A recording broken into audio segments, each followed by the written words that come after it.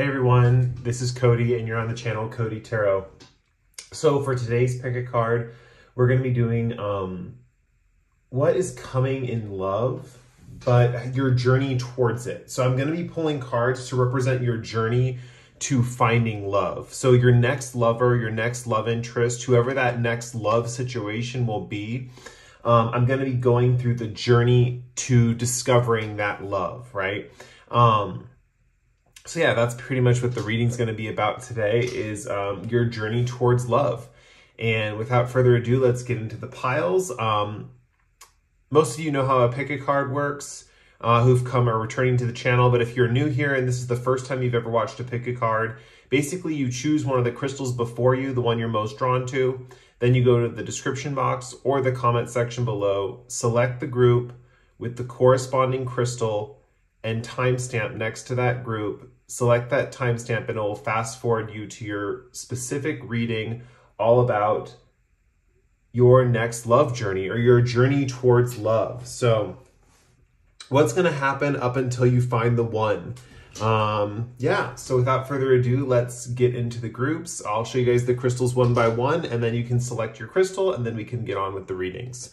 So for group one, if you're really drawn to this crystal, this is the Shangaan Amethyst. So that's group one, kind of this like muted dark purple stone. Group two is the green Calcite.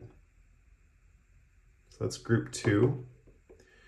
Group three is the Chrysoprase. It has that green color in it. It's the Chrysoprase. It's group three. Group four is the amber. So amber is just like tree sap, old tree sap. That'll make it sound that appealing, huh? And then we have the amethyst for group five. So yeah, take all the time you need to pick your crystal.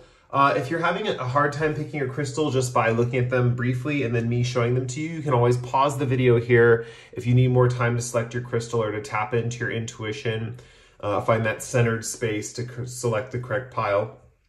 But without further ado, let's get into group one with the Shangaan Amethyst. Okay, group one, this if you picked the Shangaan Amethyst. So let's get into your reading, all about your love journey. In today's reading, I'm going to be doing Moonology cards, past life oracle cards, and my Astro Matrix Tarot. Also, I think I'm going to roll the Astro dice for you guys as well. So let's start with the Moonology card.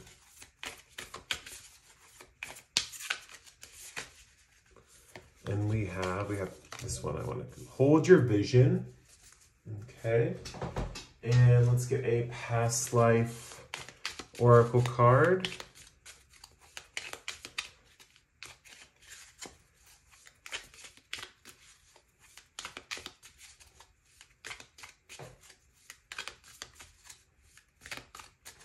And we have, it says poverty, lower class, famine, beggar, dispossessed. So maybe we'll put this in the middle. We'll put this over here.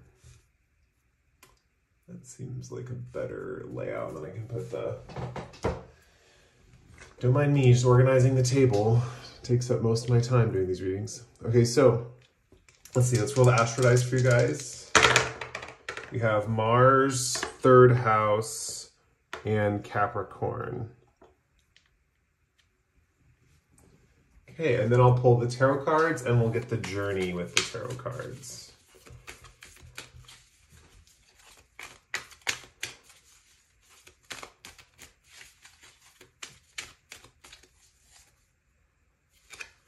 Let's see.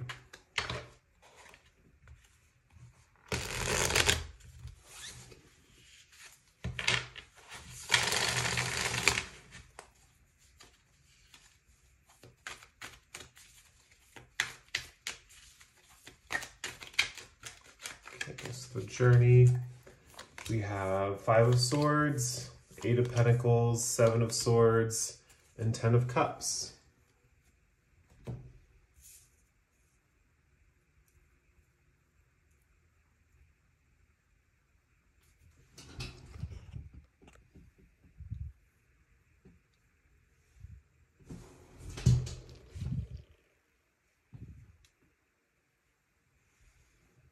Okay.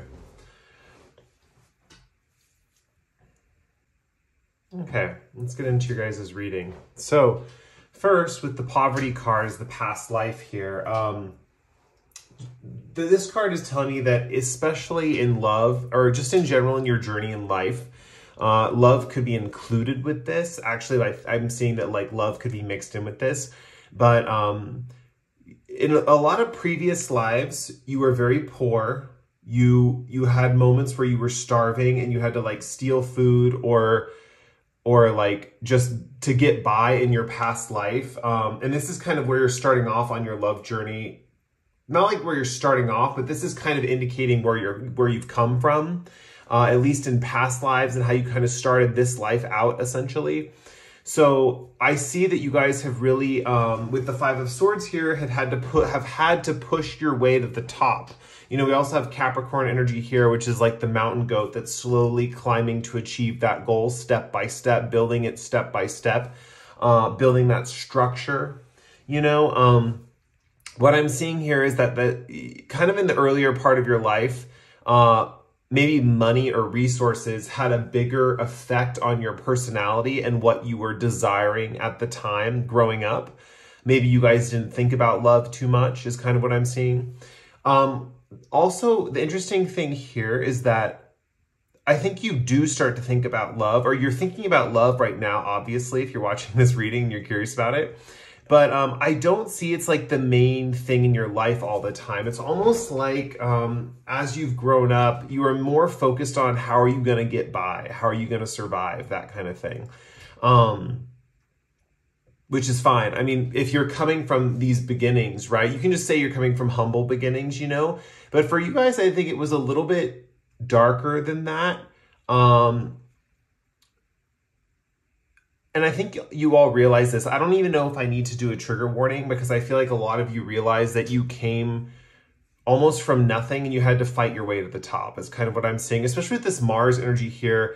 I do see some conflicts with people who are of a higher status, quote unquote higher status. There's no such thing as higher status in this world, but with the Five of Swords here and the Mars energy, I see you guys have this concept or way of moving through authority figures and confronting them head on and then surpassing them. Almost like in a video game where you have to defeat the boss to get to the next level. It's like you complete the level, then there's a boss at the end of the level. You have to fight the boss and you get to the next level.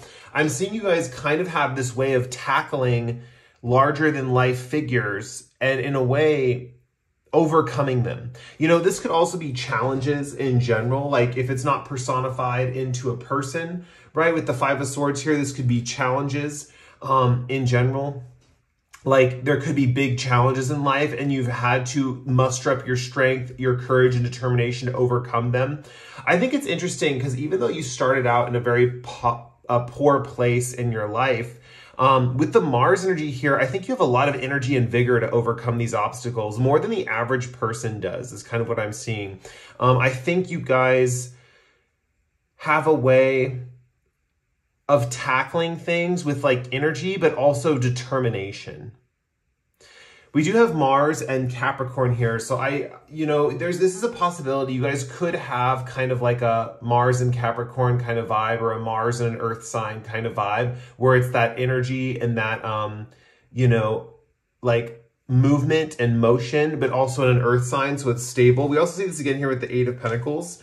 It's interesting because your journey to your loved one comes after you go through a little bit of a transformation shift in like your energy. Like we have you starting out here as the Five of Swords, which is kind of a very almost quick energy. And in a way, this guy, he's like, how do I put it? Like he's separate from these other people in the background, right? And I'm seeing you as this kind of person who takes on these people that are more isolated in nature, but they're like isolated because they want to be at a higher status, right? And there's many different ways you can take on these people. I feel like for some of you, you've introduced them to like your social group or friend group, kind of like a kill them with kindness and get them off their high horse and like get them involved with groups. This might even be where some of your past relationships come from. You've actually maybe like tried to integrate people who are separate in society and who thought they were better than everyone else. And you tried to be their friend and try to get them, you know, down in the soup with everyone else, where you tried to like have them integrate with like either your friends, or you met friends with them or something like that. These are people who are kind of like have a little bit of an ego, but you guys kind of have this like savior thing is what I'm seeing. The other way this could manifest with the Mars energy here is you guys tackling or challenging, finding people who are higher status than you. And love has almost been like a battlefield where you want to like integrate with them, but take them down at the same time. Those are the two options that I'm seeing for this group. With the Eight of Pentacles coming up here, in your love story, how it manifests in the future, or how you're going through a transformation, is kind of what I see before you meet. And with the Ten of Cups here, I'm pretty sure this next love interest is someone you're going to marry, or is going to be a very serious partnership where you could settle down with and have a family. We have the Ten of Cups here, which just indicates that kind of family energy.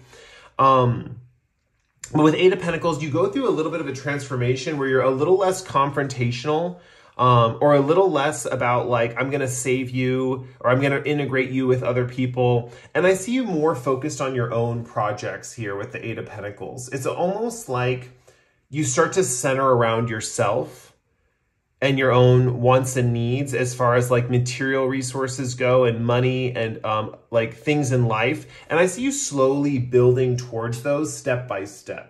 So I feel like you're slowly building towards things step by step. I also think that with this woman painting this pentacle, I think your creative faculties will be expanded upon right before you meet the one. So basically, that could be, that could be something transiting your 5th house. And you might actually simultaneously be expanding your creative abilities at the same time while you're meeting someone who is like a love interest, right? So I think that could be something that's coming through. But I also just see in general with the Eight of Pentacles, the traditional meaning of that, doing it the same thing over and over again to create the structure, stability, and plentitude that you need in your life, right? And I think this is an interesting period because I think that you'll have a lot of your finances pretty secure, and pretty much, how do I put this? You'll have, how do I put this? You're going to have your finances in a place where you know they will be secure. You're on your way to the security you're looking for. But because with this hold your vision fixed moon, I mean, this is the transformation energy right here, this hold your vision fixed moon card. When you start developing that fixed idea of what you want and you go after it with a fixed mindset. So fixed energy in astrology is like that stuff that just starts. And once it's already started, it just keeps going day in and day out in the same path. It doesn't move. It doesn't change direction. It just keeps flowing in the same pattern, right? It does not that changeable. It's not starting new projects. It's just keep going in the same direction. I'm getting that vibe with the Eight of Pentacles and the hold your vision. So I do see you go through a little bit of a transformation where you do end up in this place in life where you stick with something for a really long time. You build wealth slowly and surely, and you slowly get to a place that you want. I would say that this is probably going to be happening in the next, it might not be the next 2 or 3 years, but there's going to be a 2 or 3 year period probably where this is happening. It almost feels like the length of like a Saturn transit or something like that, is kind of what I'm feeling too, especially with that Capricorn energy here. Also with the Mars energy here, it could be quicker than that. It could be like a 2-month, 3-month transit, but because we have the Eight of Pentacles, I'm seeing more of this like Capricorn energy. With the Seven of Swords, this represents your partner coming into your life, right? I think you've developed a solid routine by the time your partner comes into your life. And the Seven of Swords is representing them and the fact that they're going to bring a lot of new ideas into the relationship. This is someone also where you have this man looking over here and he's walking towards you. Like you're here painting these pentacles and he's looking back at the family dynamic and walking towards you. This is a person that's coming in your life who's so focused on the future and their goals that they don't have time to how do I put this, to experience the present moment, or they're not that focused on the present moment is kind of what I'm seeing with this person. I also see this person as having a lot of good ideas. Some of these ideas they've actually taken from other people and expanded upon. So this is someone who's a very much like a thinker or a forward thinker. I'm also seeing in general that this person takes ideas of others and builds on them and refines them and makes them better. Also, this person in general is just bringing a lot of ideas into the partnership, into the connection. And I think it's going to be really wonderful. But it's like, it's interesting because she's looking down at this pentacle. He's looking over here. I don't think you're going to see this person initially. Like, this person's going to hit you out of the blue is kind of what I'm seeing, which is funny because you have this kind of like fixed energy. You have this like sense of building securely for your future, especially financially. And this person just kind of comes out of the blue because they're so focused on the future. They're not paying attention to the present. And then they run into you and it's like shocks them, right? Because they're so future forward, like future focused. Another metaphor that's coming in with Seven of Swords and the Eight of Pentacles here is they're going to steal your heart, right? There's a feeling of them stealing your heart. I'm also noticing the buildings in the background. There's a lot of city in the background of her. There's like lots of tall buildings, like she's in a forest in a city, right? Like she's in this little retreat area, like near a city. And then I'm also noticing this house right behind this Seven of Swords, and he looks like he's in the middle of nowhere with this house over here. So I do think that there's a feeling of someone traveling to meet someone else, or someone traveling to a different kind of living location. It's also possible that if you are relating to this right now and you currently live in the city, that you might be moving once you meet your spouse into a more suburban area, because we do have like a countryside in this 10 of Cups.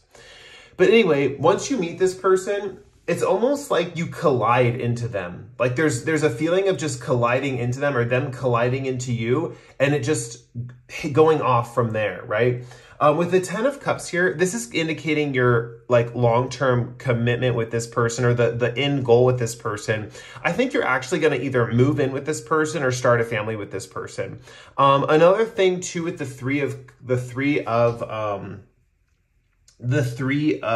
third house here, one thing that I'm seeing too is like, if you want to increase your chances of meeting this person, well, first I would say start building financially for the future, because when you get into a more stable place where you're in a more fixed energy and like you're in kind of a routine, that's when this person comes in. But also in general, once you're in that fixed routine, I would recommend with the third house here, like making trips around your neighborhood, because I think that's how you're going to run into this person. So just wandering around, doing things like on your time off, like wandering into the city, like going to a shop, buying your favorite drink or something like that, and then going to the park and sitting and painting more of your pentacles, you know, like just like I think you might run into this person on like your daily errands. Essentially, you might be like at the grocery store when you run into this person, or you might be driving. I don't want this for you guys, but this is something that's coming up. You might actually meet this person after like hitting their car. Like you could get into a car accident and then you meet your love of your life, something like that. But anyway, there is kind of this vibe in general of meeting this person in your day-to-day activities or in your neighborhood. There is another possibility that this person could be introduced to you by your sibling, especially if you have a Capricorn sibling. And the Capricorn sibling that you have is a little bit, what's it called? Like aggro, or like they're like an aggressive Capricorn sibling. Like you have a brother or sister that's a Capricorn and they're a little aggressive, or they're like very strong or something like that. It's possible this sibling could introduce you to this person, and that you might not be bumping into them necessarily, but your sibling might just bring them over one day and you really hit it off with this person, something like that. Yeah, I think that's about all I have for you guys. It's also possible your next love interest is coming from a previous marriage, and they're just really wrapped up in that previous marriage. This is just for some of you. Don't take this if it doesn't resonate. But it could be possible that your partner's they're wrapped up in their previous marriage and they're kind of bumping into you, and it's kind of shocking them out of a previous marriage. I mean, we see that here with the Mars being a separating influence, right? Like, it's possible that there's kind of like a severing of their previous marriage and then a integration with you into a new marriage.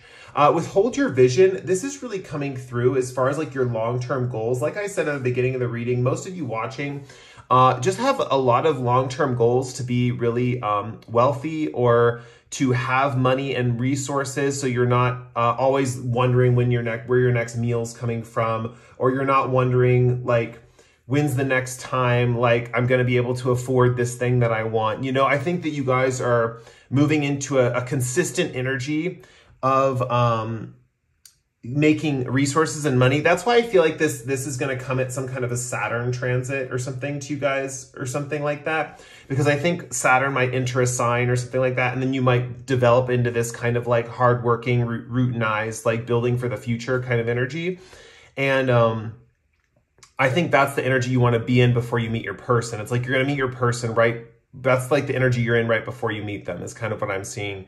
And withhold your vision. I think it's just important to get settled on goals that you have in general. Like, what are your financial goals? What are your goals for like a financial future? Because I'm seeing that as kind of the key with this hold your vision being the key card, and then 8 of Pentacles representing that type of energy. It's like she's holding her vision as she builds all these identical pentacles, right? So that's kind of the key to getting out of, you know, the kind of rut that you're in, which is funny. It's like getting into a rut, but a productive rut. It's like getting out of the kind of chaos of this 5 of Swords energy and like taking on challenges and tackling the next monster in your life, you know, with this kind of like fearless Martian attitude. And it's about getting grounded like a Capricorn and building slowly and surely for the future, right? And holding that vision, right? It's interesting. The fixed moon is here as well. So I do think that there's like fixed sign energy, or you might have Saturn transiting like a fixed sign or something when this happens, something like that. But yeah, the cool thing with this reading is with the 10 of Cups at the end, you're going to have this happy ever after, this happy ending. You might even have children with this person, or start a family with this person, or move in with this person. There's a feeling of having a comfy home life and a beautiful family dynamic. I mean, it looks really wonderful. I feel like a positive, like fluffy feeling at the end of this journey, you know? And I really think this person is like a storyteller type. Like, this person has a lot of ideas. They have a lot of, they're a good communicator. So if you're worried about that, they communicate very well. They have this ability to communicate with ease, relative ease. And I think they have a lot of good ideas. I think that you're going to really profit off a lot of their ideas. Yeah, I think you guys really like the way their mind works and the way they think. I think maybe that's something that's going to pull you in with this person, especially with the 3rd house energy here. There's might be something about what they say to you that makes you feel like happy or something like that, or something about their ideas bring joy to your life, something like that. Yeah, so I'm going to end your guys' reading there. That was the journey to your next love interest. Thank you again so much for letting me read for you. And yeah, if you guys want to like or comment, feel free to do that. It helps out the channel for sure. And I'll catch you guys in the next pick card. Bye. Hit group 2, this is if you picked the green calcite. So let's get into your reading. I'm going to be pulling from a Moonology deck today by Yasmin Boland, a Past Lives Oracle, Astromatrix Tarot, and the Astro Dice. And let's start with your Moonology card. So,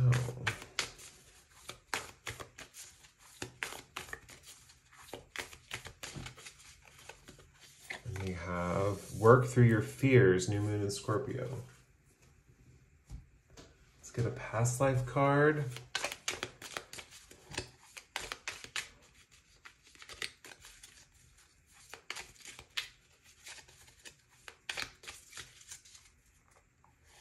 We have imprisonment, imprisoned, escaped, freed, prisoner, imprisoner. And, oh yeah, we got to roll the Astro Dice. Let's see what happens with your love story for your next love. We have the 5th house, we have Sagittarius, and we have Mercury.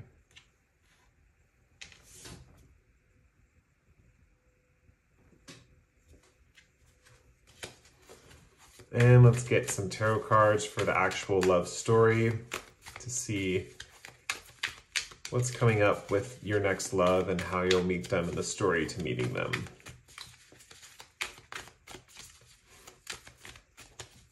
Okay. We have the Fool, we have the High Priestess, we have the Knight of Wands, and we have the Emperor.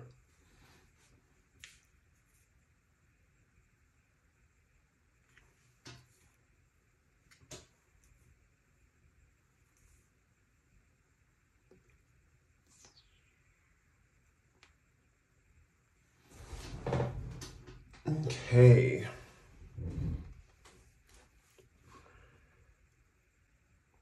Okay. So let's get into how you're going to meet your person. So first, here's some past life information that's going to be affecting your journey as far as you meeting your person. With imprisonment here, in a past life, you were imprisoned. You most likely were wrongly accused, or is kind of what I'm feeling is you were wrongly accused and you were thrown in prison. So you were thrown in a prison or a jail cell and you were forced and confined to isolation. Now it's funny because you were wrongly accused, right? Like your karma in this lifetime is to start your life out and to start your journey of life in general with the Fool card here as someone who's very free and unencumbered and has no restraints. The funny thing here is there's a strong vibe that freedom is going to be a very important theme in your life for the rest of your life. Like,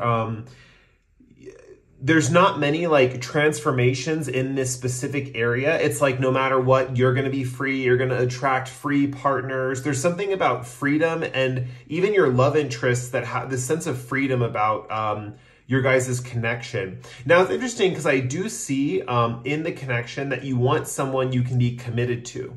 You want a committed partnership. Freedom in this sense is not referring to the fact that someone's going to cheat or someone's going to play the field with you or something like that. Freedom in this sense means that you get to do what you want to do when you want to do it. In most areas of life, you have this sense of unencumbered freedom where you can kind of just do your own thing.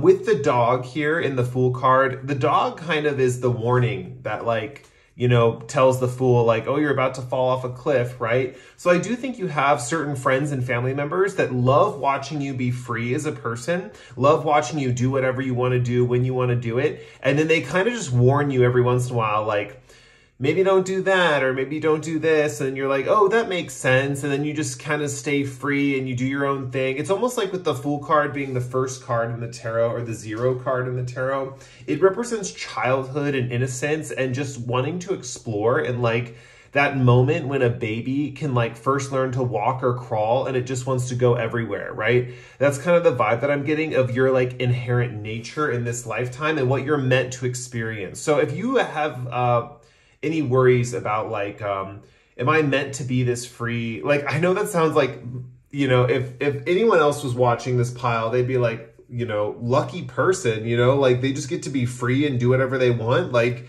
that's amazing, right? Like, why would they be complaining? But you guys actually have worries that like maybe you need to be tied to some kind of responsibility in your life or something like that. There's this kind of feeling that like something is missing because you've had so much freedom. Like you've been allowed to do whatever you want to do for your whole life. Like I feel like with your parents, you probably, I'm thinking and feeling like you had pretty adventurous parents or something like that. And you guys are kind of like wondering where the boundaries are. You're like, well, should there be boundaries? Like, I just feel so free and unencumbered and like happy, but should there be hardships? I wouldn't be surprised if you guys in your like astrology charts have like tons of trines or something like that and like not a single square in the in the department, you know? It's kind of like that feeling of life is so easy that you're wondering like, should it be harder, you know? And in that way, with work through your fears, I do see you have like a period of where you're actually manifesting. It's not really like a hardship, but it's like you're manifesting this partner, and there will be a little bit of obstacles when you encounter this person, right? Because I do see, because you guys are so free and free-spirited, that you want someone who's really reliable, right? You want someone who's really reliable, and you're looking for someone who is someone that can like maybe add structure to your life.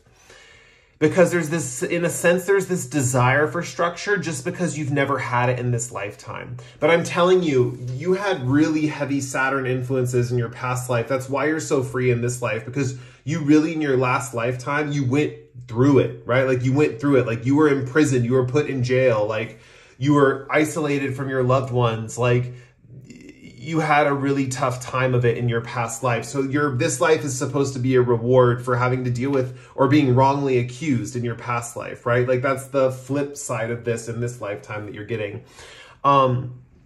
With High Priestess here, with the intuitive energy here next to the Knight of Wands, the Knight of Wands kind of represents your person when you first meet them. And then the Emperor represents your person after you've known them for a while. So that's kind of the journey to meeting this person. But when this person comes into your life, I'm seeing that your guys' intuition will be working pretty well. But we also have this new moon in Scorpio energy, which talks about working through your fears. So it's giving me this vibe of like, when this person comes into the picture, it's almost like you're learning to trust your intuition when you're encountering this person. And you may not fully understand what is the clear path forward yet and what is like your fear. So even with the High Priestess here with the dark pillar and the light pillar, it's representing that duality of thought and intuition, you know? And it's interesting. I think that you guys have a lot of fears about this person in general. I think when this person enters the picture, they're very freedom-loving, just like you.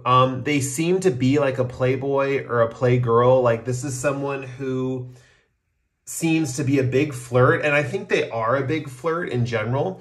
But this is someone who's very passionate, very energetic, very outgoing.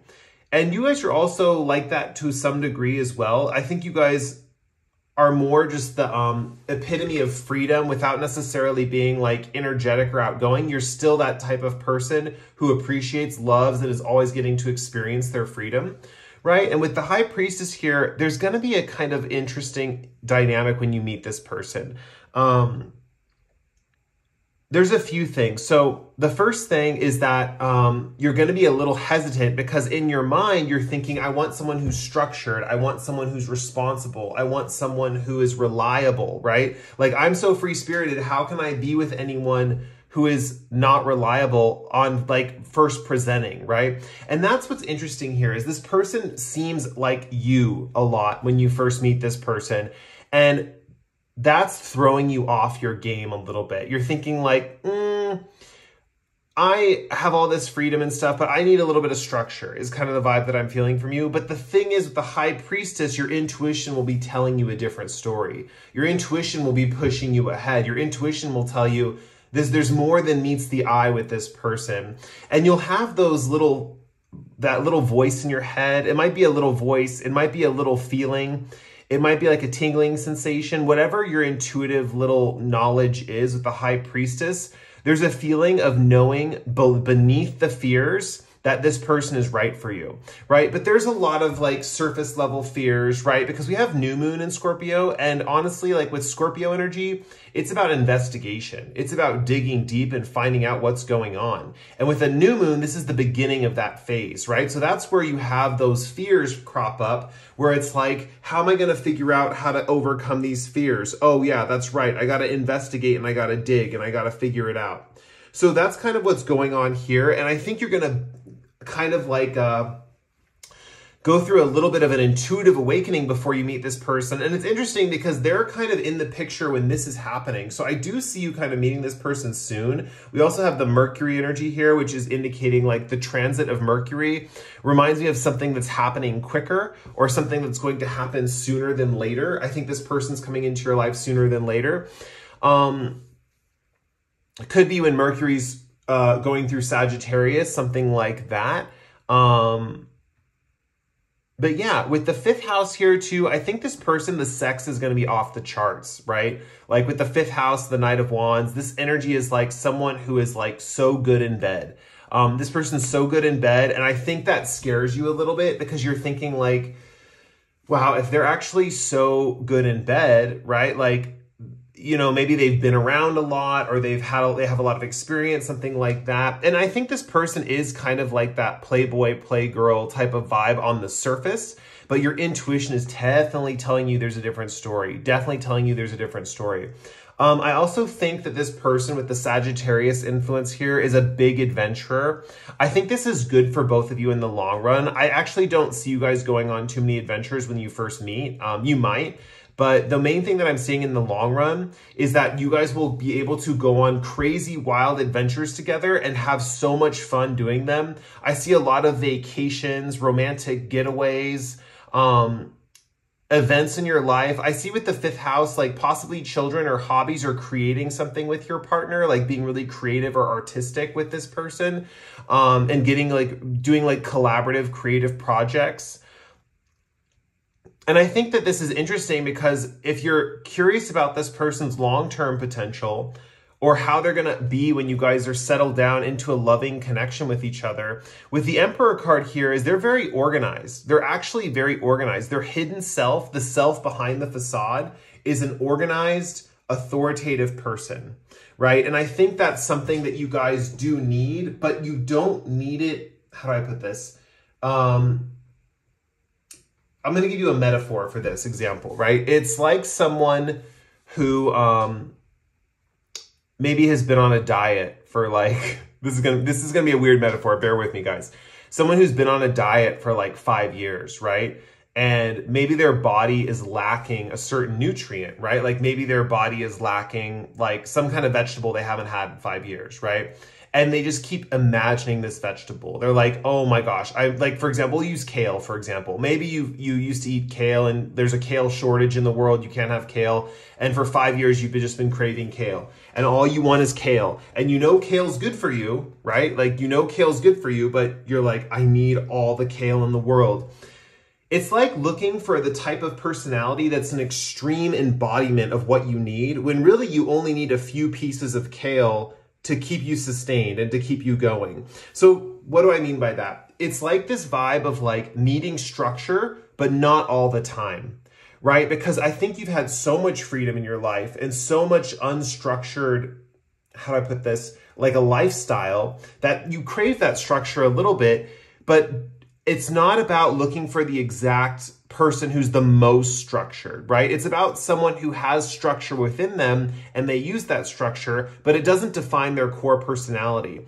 Remember, just because you don't have something in your life doesn't mean that, how do I put this, that your actual life is lacking in some way, you know?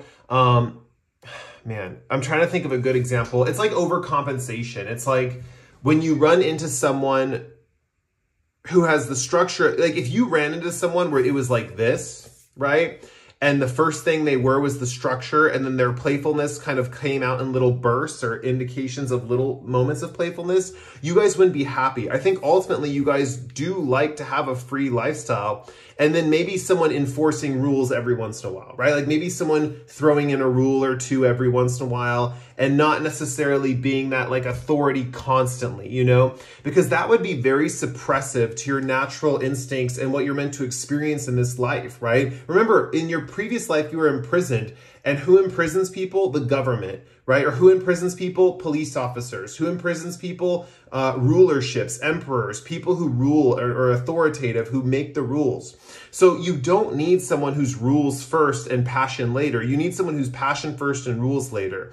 Is kind of what I'm seeing. And this person is coming in for you, and your intuition is going to be the thing that tells you the truth about this person. That's going to show you that they have a little more structure than meets the eye, right? And that they have that part of them that you want. It's just that you're going to have to dig deeper to get it with the new moon in Scorpio, right? You're going to have to kind of, you could either ask them like questions about things or how they operate, something like that. But this person definitely likes to lead with an adventurous face, right? An adventurous face, a fun, a playful face, an energetic face, something like that. And the rules don't come out until later, right? And I think they'll come out, the structure is going to come out in little surprising ways. And this is giving me strong, like, soulmate vibes, or, you know, like, how do I put it? It's just giving me strong vibes of, like, also with the 5th house, I don't want to say soulmate or marriage partner, but it is giving me, your next love interest is giving me vibes of perfect lover,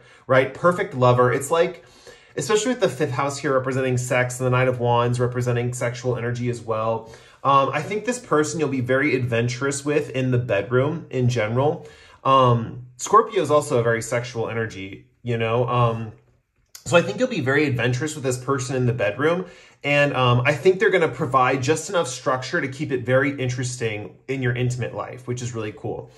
But yeah, overall, I do see an emotional compatibility because we do have the High Priestess here. She's represented by the moon and water and feminine instincts. And I really do feel like once you get past these fears of, like, it's almost like you guys have had so much freedom in your life. Maybe your parents are so freedom focused. You're very freedom focused. That when you meet someone else who's freedom focused, you're, like, not into it as much because you're thinking like, I need someone to, like, pin me down and, like, give me the rules, right?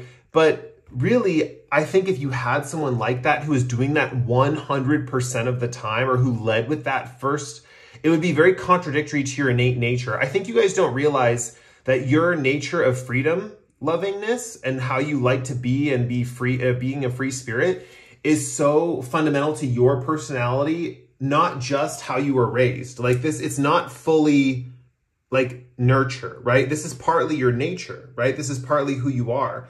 And so it's important to embrace that and to find alignment with someone else who can journey with you on that same path, right? Overall, with the Emperor here representing what they really believe in and their rules that they follow, that's where the structure comes into play. And I do see they're going to be committed in that way. They're going to want to make a commitment to you and have that kind of paired up energy where it's like you and them kind of committed and in it for the long haul. I do see you guys eventually going on lots of adventures together, or like going on mythic quests together, something like that. And with Mercury here, I think there's a back and forth nature between their two energies. And you'll notice that even though they lead with this Knight of Wands, playful, playboy, kind of energetic, passionate energy, they have this Emperor, like the true ideal representation of masculinity within them, and the Emperor always represents in readings for me the representation of masculinity that the viewer wants to see, right? So it's almost that thing of like, you guys have this ideal in your head of what a masculine person is, what an ideal life partner is, right? And there's this feeling that this next person coming in is not necessarily gonna be your ideal on the surface, but as you get to know them, that ideal will be revealed through their personality. Like it'll come out in flashes, if that makes sense. But like I said, there could be a vibe here of being attracted to something that actually could destroy you with the Scorpio energy here. So if it was like this, remember, if it was like this and you were attracted to this Emperor energy first, that could destroy you. It's too much structure. It would hamper you. It would kill you. It would make you like not like a happy camper, right? So it's good to have this playful energy first, something that's more aligned with something that's a more similar vibe to you, and then have that little bit of peppering in of the differences, or that peppering in of that structure that you're looking for. All right, so it's interesting. Your journey in and of itself basically starts with the main journey points is working through your fears in the High Priestess. I think when you meet this person, there's a lot of resistance to them because their personality is something that you're maybe more averse to, like you don't really feel like you would click with this person or something like that, but your intuition is telling you a different story. You know, you might be watching, you know, trusted pick a card readers, or getting a tarot reading from someone, and it informs you that like this is the right person for you or something like that. Or even beyond that, High Priestess doesn't necessarily talk about divination as much as it talks about your own inherent intuition. So what you know to be true, right? So you could meet someone and their surface level personality traits are not vibing with you that well, but on a deeper level, you're pulled to them. You're drawn to them. There's something in them that you see. High Priestess talks about mysteries and seeing beyond the veil and seeing underneath, seeing through the illusions, right? And so with the Knight of Wands here, there's something that you're seeing in them. So don't let your fears about their outer appearance or how they present stop you from getting to the goods inside. And it's almost that one thing where it's like you need to see the goods inside to know you can trust the outer appearance. But you know, when you first meet them, they're only presenting the outer appearance. So how do you know that they have the goods inside? Your intuition. Your intuition is going to tell you, or they're going to point you in the right direction. You've probably met tons of people like this Knight of Wands energy in your past, and you're like, I don't trust any of those people, you know? Anyone that presents this way, I don't trust, right? But your High Priestess energy, that knowledge is going to be really drawing you into this specific person, even though they represent a type that you normally ignore. So keep that in mind. And with that said, I'm going to end your reading. It was really lovely reading for you guys today. Oh, another way you could meet this person with the 5th house here, you could meet them in some kind of creative pursuit or hobby. Like if you're getting involved in some kind of hobby in your life, or you're taking a class or something like that, you could meet this person in that class or that creative activity or that creative endeavor.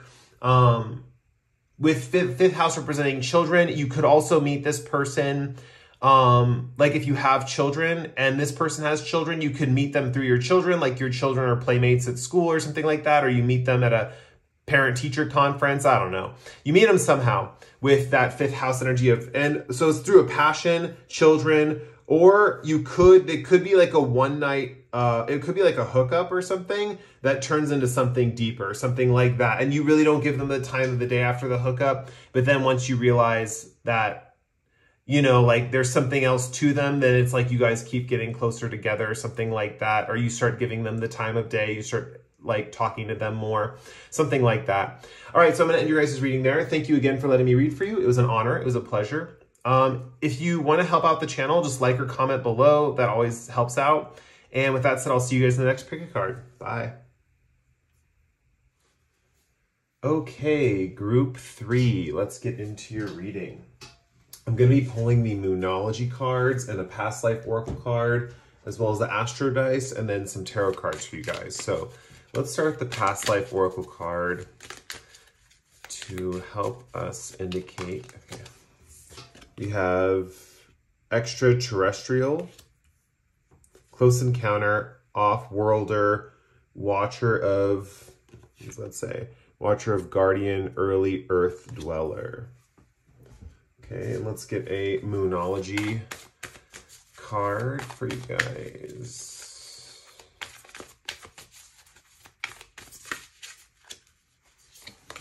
And we have Step Out of Your Comfort Zone, North Node. Then I'm going to roll the Astro Dice for you guys, get some more information on this journey to your next lover. And we have Pisces, the 3rd house, and Saturn. Another group got the 3rd house as well. Okay, so let's get some tarot cards out on the table for you to represent your journey to your lover, your next lover. Okay, and we have 3 of Swords, 4 of Swords, 10 of Pentacles, and the Page of Cups.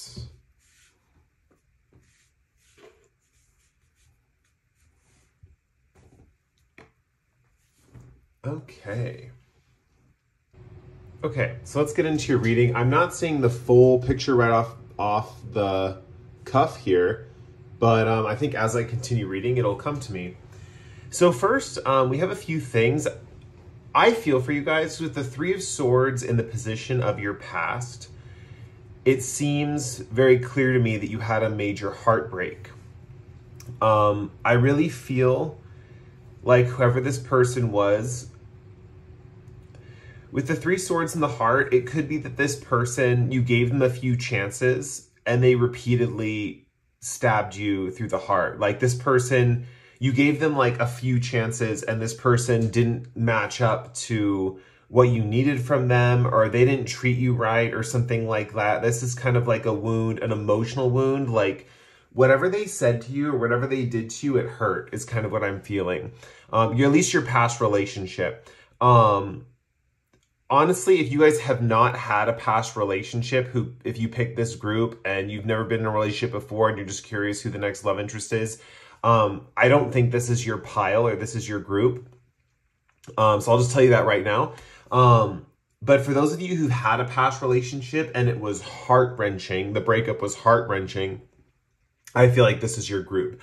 We see all this rain in this card here, and she's like holding her hand, and she's just, you know, she's just totally distraught in this card.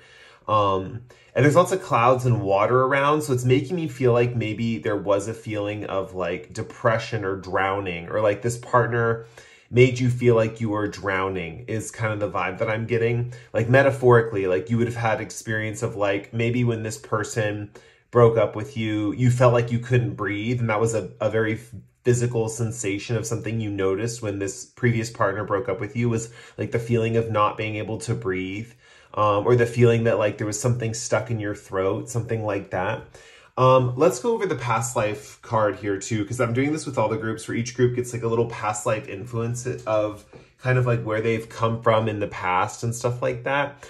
With extraterrestrial here, you guys could resonate with being starseeds. It's funny, I actually don't hear too many people talking about starseeds on the internet anymore, even though it was like a big thing like a few years back. But you guys could resonate with being starseeds. It says early earth dweller, and that's kind of coming through strongly here, where maybe you guys came to this earth without a clear picture of what it would be like, and so your soul is like new to it or something like that, or your body is new to this earth. So like your past life probably wasn't on this planet, or your previous life was not on this planet is kind of what I'm seeing. Where the other groups had like experiences where their past life was like on this planet, or experiences, you know, with that kind of thing. You guys, it's almost like you're coming from somewhere else. So like your embodiment on this earth and in your early life, especially with Saturn in the 3rd house, this can indicate, I actually have this placement, Saturn in the 3rd house, and it indicates like a lot of hardships and difficulties in early education. It can also indicate having like a tough, like no nonsense sibling, which I also have. But this really just indicates like hardships. And it's funny I mentioned that thing in the throat, because the 3rd house also deals with the communication. So it could be hardships in communication as well. Like maybe it's been very difficult for you to like express your feelings to people in this lifetime, or you had a hard time talking when you were younger, something like that. But with Saturn in the 3rd house, I'm just seeing like difficulties in early education. Like I feel like you guys are my group that got bullied in school, something like that. Or you just didn't have an easy time growing up. And that's because in your past life, you had this kind of alien-esque past life where you weren't even on this planet, right? That's kind of your past, whether you believe in past lives or not, that's the card that's coming up to show me the psychology behind your story, right? So say you don't believe in past lives, this card is just coming up as a past life influence to show me the psychology you started this earth with. Like this is the psychology you came into this planet with. Or I keep saying planet because I really feel like you guys are from another planet. Or you used to be from another planet. You're on this planet now, but I think your past life you were from somewhere else. You weren't on this earth, essentially.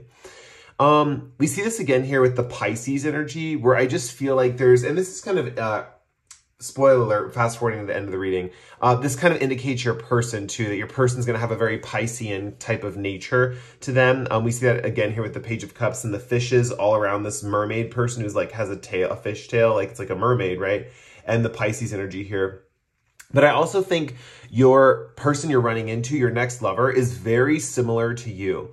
And you guys might be looking at this reading thinking, maybe that's not a good thing or whatever, but this person is actually going to be very similar to you, this next person coming in. And I am seeing with step out of your comfort zone. Here's the thing. Right now, it feels like the present moment for you guys. There's the 4 of Swords energy and this North Node, step out of your comfort zone. And one thing that I'm seeing here with the Four of Swords is that you guys have been out of the game for a very long time. You've been out of the dating game for a while, or you've just been resting at home. There's a feeling that you've just been like chilling at home, resting, watching Netflix, reading books, doing your own thing. I think you guys have been a long time in a period of isolation or retreat from the world is kind of what I'm seeing. And you were in a state of like deep rest and like recovery. You may have ventured out every once in a while to do something in your regular daily life, or maybe you had to go to work or something like that. But for the most part, you just kept coming back home. You kept crawling back into that bed. You kept wanting to rest and recover is kind of what I'm seeing on this part of your journey, right? I think this heartbreak happened in the past. So don't worry if this is like, you guys think this heartbreak's going to happen in the future. For mostly everyone watching this heartbreak happened in the past. And also, I feel like if you hadn't had a severe heartbreak in the past, no one's broken your heart yet, this is probably not your group. I feel like you guys have also had some painful experiences in childhood as well, like some heartache, basically some heartache in early childhood as well with that third house here. There could be something also with the third house representing siblings or like your vehicle or your car. Something could have happened in a car related to heartbreak where maybe you guys spent a lot of time crying in your car or something like that. Or maybe you confessed to your sibling a lot of things of this heartbreak that was going on. Maybe your sibling helped you through this heartbreak. Or maybe your sibling gave you like tough love with Saturn here. Maybe your sibling was like, you need to get over it, right? And you went to your sibling for some emotional support, and they just told you kind of like, okay, you got to get over it, tough love, right? Anyway, currently you're like in this Four of Swords energy where you are resting, reflecting, recovering. Four of Swords does talk about recovery. It's the guy in this card right here is a soldier, right? And he's laying down to rest. And if you look in this background, there's like a stained glass window, and it looks like there's like a nurse nursing over him, right? I just feel like you guys have been through a lot of battles and you're in recovery right now, and that's totally fine. I think that's part of your journey. I wouldn't expect to meet someone while you're in recovery, because with step out of your comfort zone, I'm saying this is the step or the key point that you have to make to meet this person, right? This is kind of like your transition card. And it's about stepping out of your comfort zone is kind of the next phase on your guys' journey. And honestly, I feel like you guys, it's not that you play it safe all the time. I think you do play it safe, but it's one of those things where it's like you needed this retreat to recover. And it's coming to the point now where it's like, now it's time to break out of this retreat. It's time to break out of this resting period, especially with step out of your comfort zone. You're being encouraged with the Ten of Pentacles here to get involved with the larger community, specifically when it comes to career, finances, or with money, right? I think it's important to start getting engaged in community affairs when it comes to like resources and money. Ten of Pentacles does talk about family dynamics, so I'm going to throw that card in there too. This talks about making connections with aunts, uncles, nieces, nephews, grandparents. It's the larger family dynamic where the Ten of Cups is more like the smaller family unit. I really see with Ten of Pentacles here, with all this money and all this opulence and all this wealth, there's something, even with your neighborhood, the three of the third house here, it could be that your community in your neighborhood is doing quite well financially, right? Or there's something about everyone being very like high class or upper, like there's something about everyone acting really elegant or refined is kind of the vibe that I'm getting. And when you emerge out of this chrysalis, right? Like a chrysalis, like a butterfly's in, I think that's what it's called. No, butterfly's in a cocoon. What's a chrysalis? Someone comment below what the chrysalis is. I know a chrysalis is like something you come out of. Maybe a chrysalis and cocoon are the same thing. But basically you're in this kind of incubation period, right? Recovering from this pain, recovering from heartbreaks. But I think that if you emerge and come out into the world with this Ten of Pentacles here, you're going to be received graciously. I also think that with Saturn here, it's like you were blocked off from this kind of environment, but now you're being encouraged to merge back into it, essentially. For some of you, you could have come from a world, and I kind of feel like you did metaphorically with this extraterrestrial card for your past life, but you could have come from a world very different from the world that your spirit guides or you have to engage with, right? It's almost like there's a vibe of you guys wanting to achieve wealth, or you wanting to be a part of a community that's wealthy and affluent. This could be a few different things. This could be getting involved in a job where there's a higher level of professionalism, or that you want to be involved in a job with a higher level of professionalism, but with step out of your comfort zone, it's going to take that stepping out of your comfort zone to be with these people, or these types of people. It might be that you guys don't have the type of personality that really likes really kind of like pretentious, like, you know, elegant, like high status types. But it's what you're being called to do is kind of what I'm seeing. With step out of your comfort zone, North Node, I think you know this is your direction, or you have a good life. I feel like you guys actually have, with this recovery period, you have a good head on your shoulders, and that you know the direction you want to go in, right? So it's about integrating with this community, integrating with the community at large, essentially, right?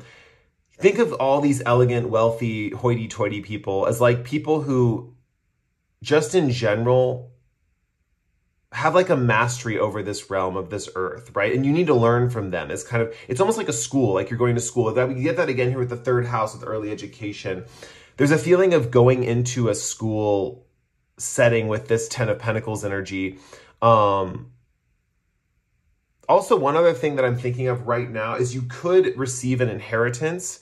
And what I'm hearing for some of you is that you cannot meet your future lover until you've received this inheritance. Or when you receive this inheritance, soon after you will meet your partner. Because I do see with Page of Cups, your partner is very different from this community, right? Your partner is very different from this hoity-toity, high society community, right? But the reason to integrate with this community, there's like a karmic lesson here where you need to learn what it's like to be someone of wealth, of prominence, of high status. And I think you're going to learn that when you step into this community. And I think that's where you're being called to right now. There might be some kind of job or career that's presenting itself that involves some kind of community outreach program or community work with kind of like, you know, business types or high society people. But with step out of your comfort zone, the cards are urging you when this opportunity arises to take it, to step out of your comfort zone, because the North Node, in this regard, with this deck, with stepping out of your comfort zone, it's representing that kind of more modern interpretation of the North Node, where it's like something that maybe the South Node provides pleasure or comfort, but the North Node provides like a challenge, but also your soul's purpose and your identity and what your soul is called or wants to do. So with the Ten of Pentacles here, you're going to be involved in this community for quite a while. And I think you're going to build up some wealth, your own personal wealth in this community.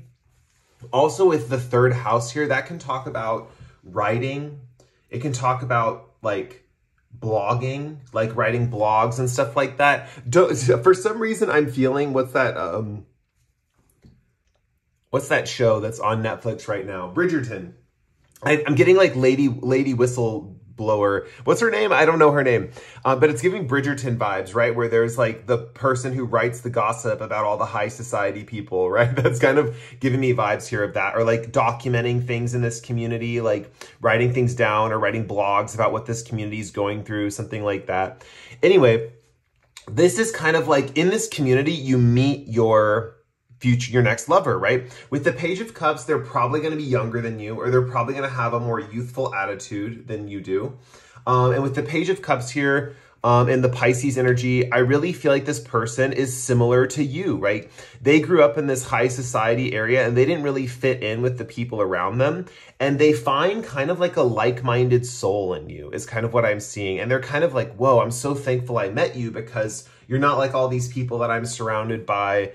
You are like beautiful and unique, and you have this like amazing aura to you. This person talks like this. This person's going to have like a flowy way of talking is kind of what I'm feeling. They might not say those exact words, but the way they communicate is very poetic and like, with the Page of Cups here, it could be very watery, like laden with lots of emotional tones to it, to the way they communicate, especially with the third house here. Also with Saturn, that's kind of indicating too for me that this relationship, there's going to be a big age gap or age dynamic with this connection.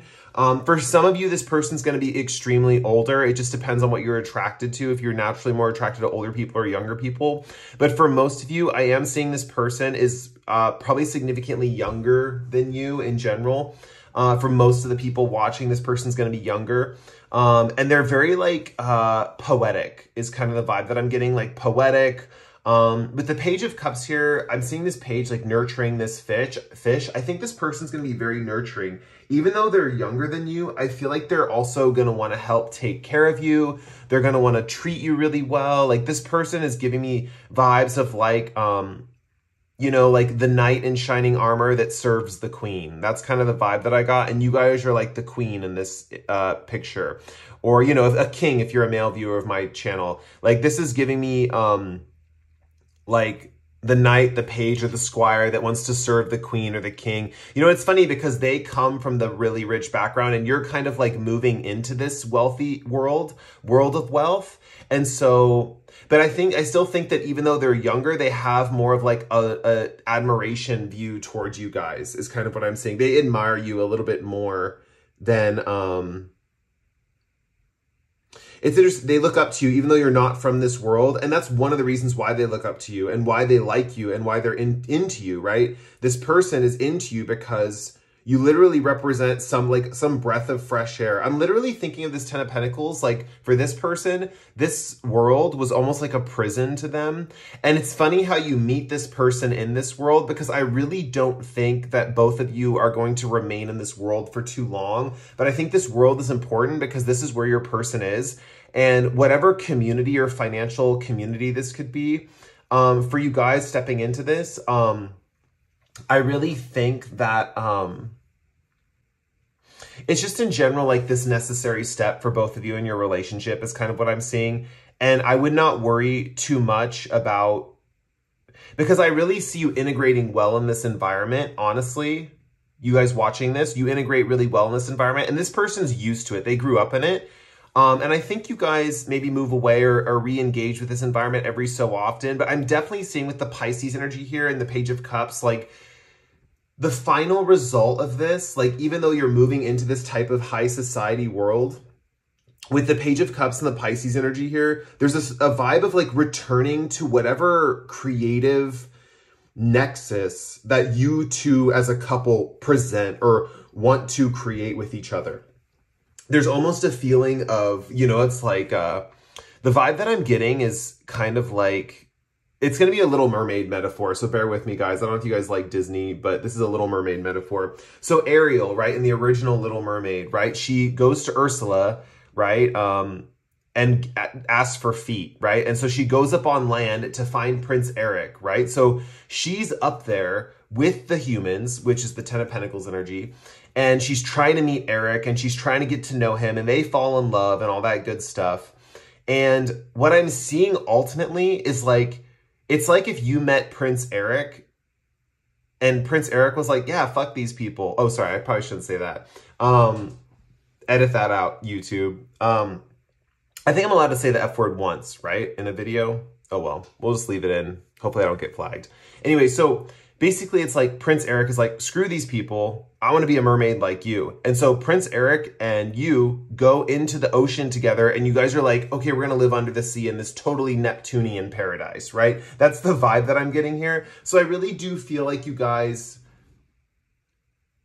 like you leave this kind of world of the humans behind, even though you need it for your life lessons to engage, and you return to a more like surreal world with both of you. It's almost like you two together, you can feel like you're in this surreal, magical world, even when you're amongst all these like superficial people, right? That's kind of the vibe that I'm getting. And with extraterrestrial here, it's interesting because it's like a little break, right? Like you know, your previous life, you came from somewhere else, you came from another planet. So you're going to relate to people who are more Piscean. You're going to relate to people who are more spiritual in general, or at least that's what your partner's going to be like. And the cool thing about this is you get to kind of like re-experience what it was like for you on that previous planet. Say you were a starseed, right? You might start to engage in activities with whatever starseed planet you came from. I'm not well versed in it. I just know the concept. But I know that like different starseeds have different aspects. Like one planet's like has a lot of technology. Another one's like an aquatic planet. I think one of the starseeds are like tigers or cat people or something like that. Anyway, so like you're going to start to reintegrate with that stuff. So say you were from the starseed group that's like all about technology. You're going to get really into technology with your partner and start inventing things and have all this cool technology in your home. Or whatever you're doing with your partner, it's going to involve technology. Say you're from the starseed where you're like cat people, right? Or you're tigers or whatever in that starseed system. Maybe you guys both adopt a cat together and you get really into like animal rights or something like that. So whatever this is, you're returning to your alien roots with this partner. And I think that's really beautiful because it's like, the universe is kind of like for your karma. They're like, okay, we're going to let you like slowly step onto Earth and experience Earth and get a taste of earthly things. But then ultimately, like, we're going to let you return back to your kind of like dreamlike alien-esque state of being, you know, like that's the really cool thing. It's like you kind of normalize yourself and then you realize like, you find a kindred soul and you realize it's safe to be that kind of alien version of yourself with this person. And it's really cool. Like, I think you guys are going to have like a beautiful relationship. This next partner coming in, this next love interest. Yeah, let's see here. Yeah, the key is to step out of your comfort zone. Here's the thing, in your journey right now, I think you guys, especially if you're watching this channel and you just were broken up with and you're dealing with this heartbreak and it's the worst thing you've ever experienced and you feel like your throat's closing in on you and you're really depressed, you might be crying in your car, whatever. The point is that once you have fully recovered and recouped from this relationship, stepping out of your comfort zone and into this community, right, is really important for your growth. Whatever this community is, you're going to have an instinct or a desire to do something, whether that's joining a club, whether that's getting involved in government affairs in your local community, whether that is joining like a country club, right? Say you're in a position where you have the resources to join like a country club or something like that, or somewhere where you can be among like people of high society is kind of how I'm seeing like that's where you're going to meet your person, your next love interest, right? So I'm going to end your guys' reading there. I really appreciate you being here with me and watching the reading. It means a lot. And also, if you want to help out the channel, please like or comment below. And with that said, I'm going to end your reading and we'll move on to the next group. Have a good one, and I'll see you in the next pick a card. Bye. Hey, group 4, this is if you picked the amber. So lovely, cool, golden yellow stone. Well, it's just tree sap, but stone. I consider it one of my, we'll make it a crystal. We'll give it an honorary title as a crystal. Okay, so let's get into your reading. I'm gonna pull a past life oracle card for you guys in your journey to your next love to see where you guys are coming from. Some fell on the floor, but I'm gonna take the one on the top here, and we have destruction. Let's get you a moonology card as well.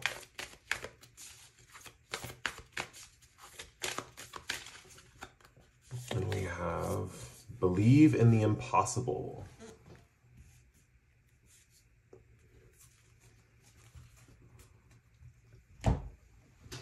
So destruction says destroyer, fool, helpless maiden, and saboteur, and believe in the impossible says blue moon. And then I'm going to roll the astro dice to get more information about this. We have Pisces, Jupiter, and the 10th house. Wow. Okay. And then, oh, we have the Queen of Pentacles popping up like this. I'm actually with the way I've been reading tarot lately, when cards flip out of the deck like that, when you're like shuffling, they flip out. I have not been taking these for the direct readings, especially with my private clients. But I have been taking them as like signifiers of what the reading is kind of about, or like situations in the reading, or even like who I'm reading for, what the question is. So I'm going to set this off to the side, put it right over here, and I'm going to draw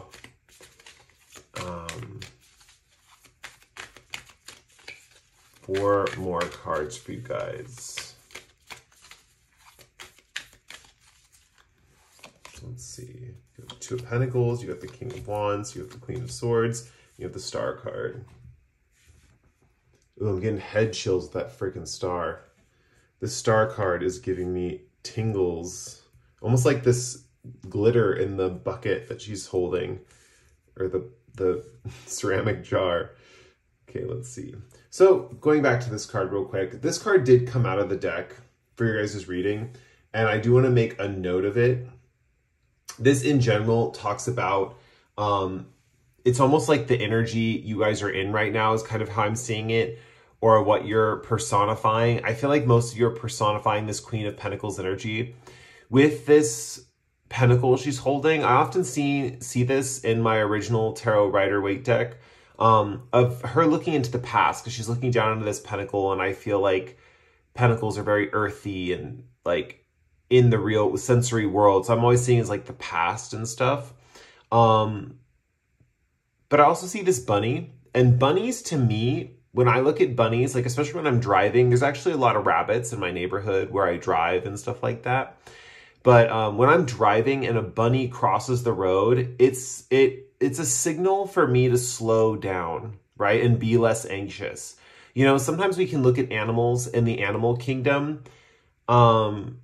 as like representations of what not to do just as much as what to do, you know? So when you see an anxious bunny, or like bunnies kind of remind me of anxiety a little bit, because they're shaky and they're small and they're bouncing around, you know, is kind of the vibe that I'm getting, or they're running, you know, not as much as like squirrels. Squirrels remind me of like confusion, you know, because they're going in all these different directions. So squirrels for me would be like, get clear on a goal and stick with it and head in that one direction, you know?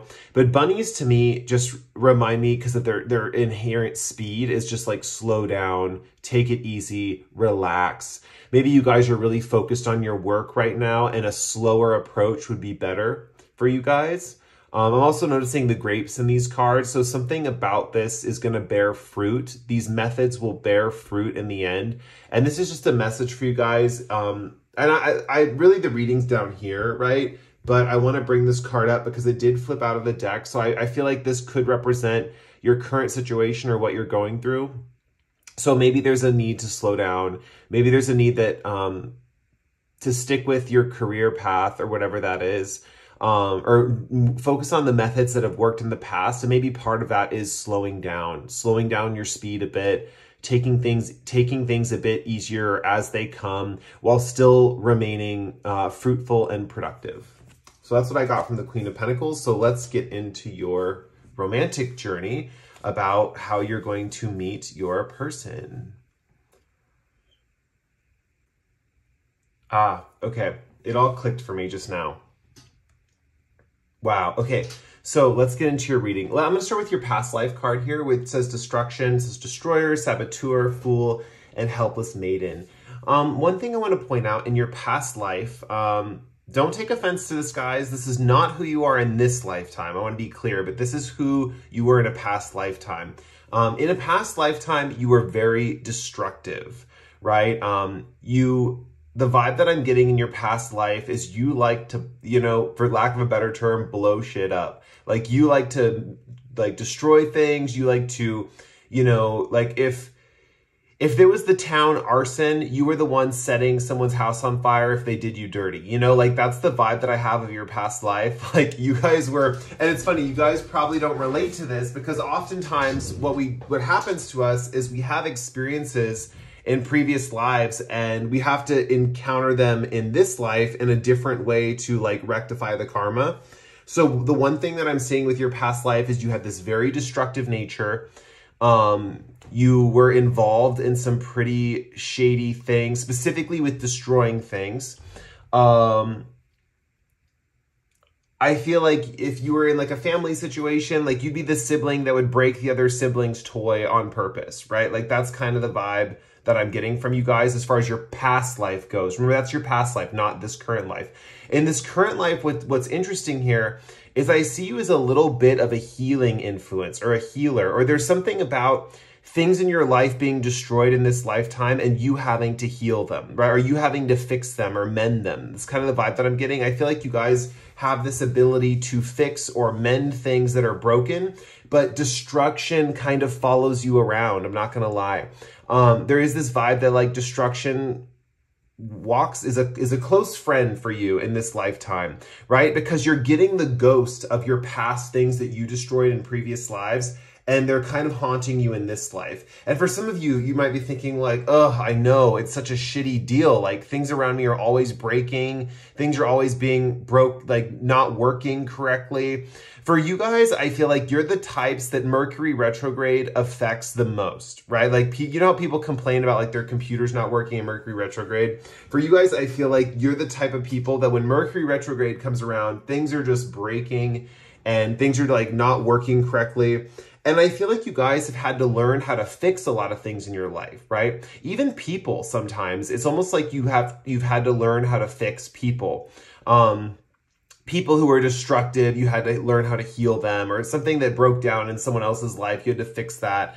For most of you with the Pentacles here, I am seeing this as a more practical kind of component, but we do have the Pisces energy here as well. So that does remind me of like intuitive.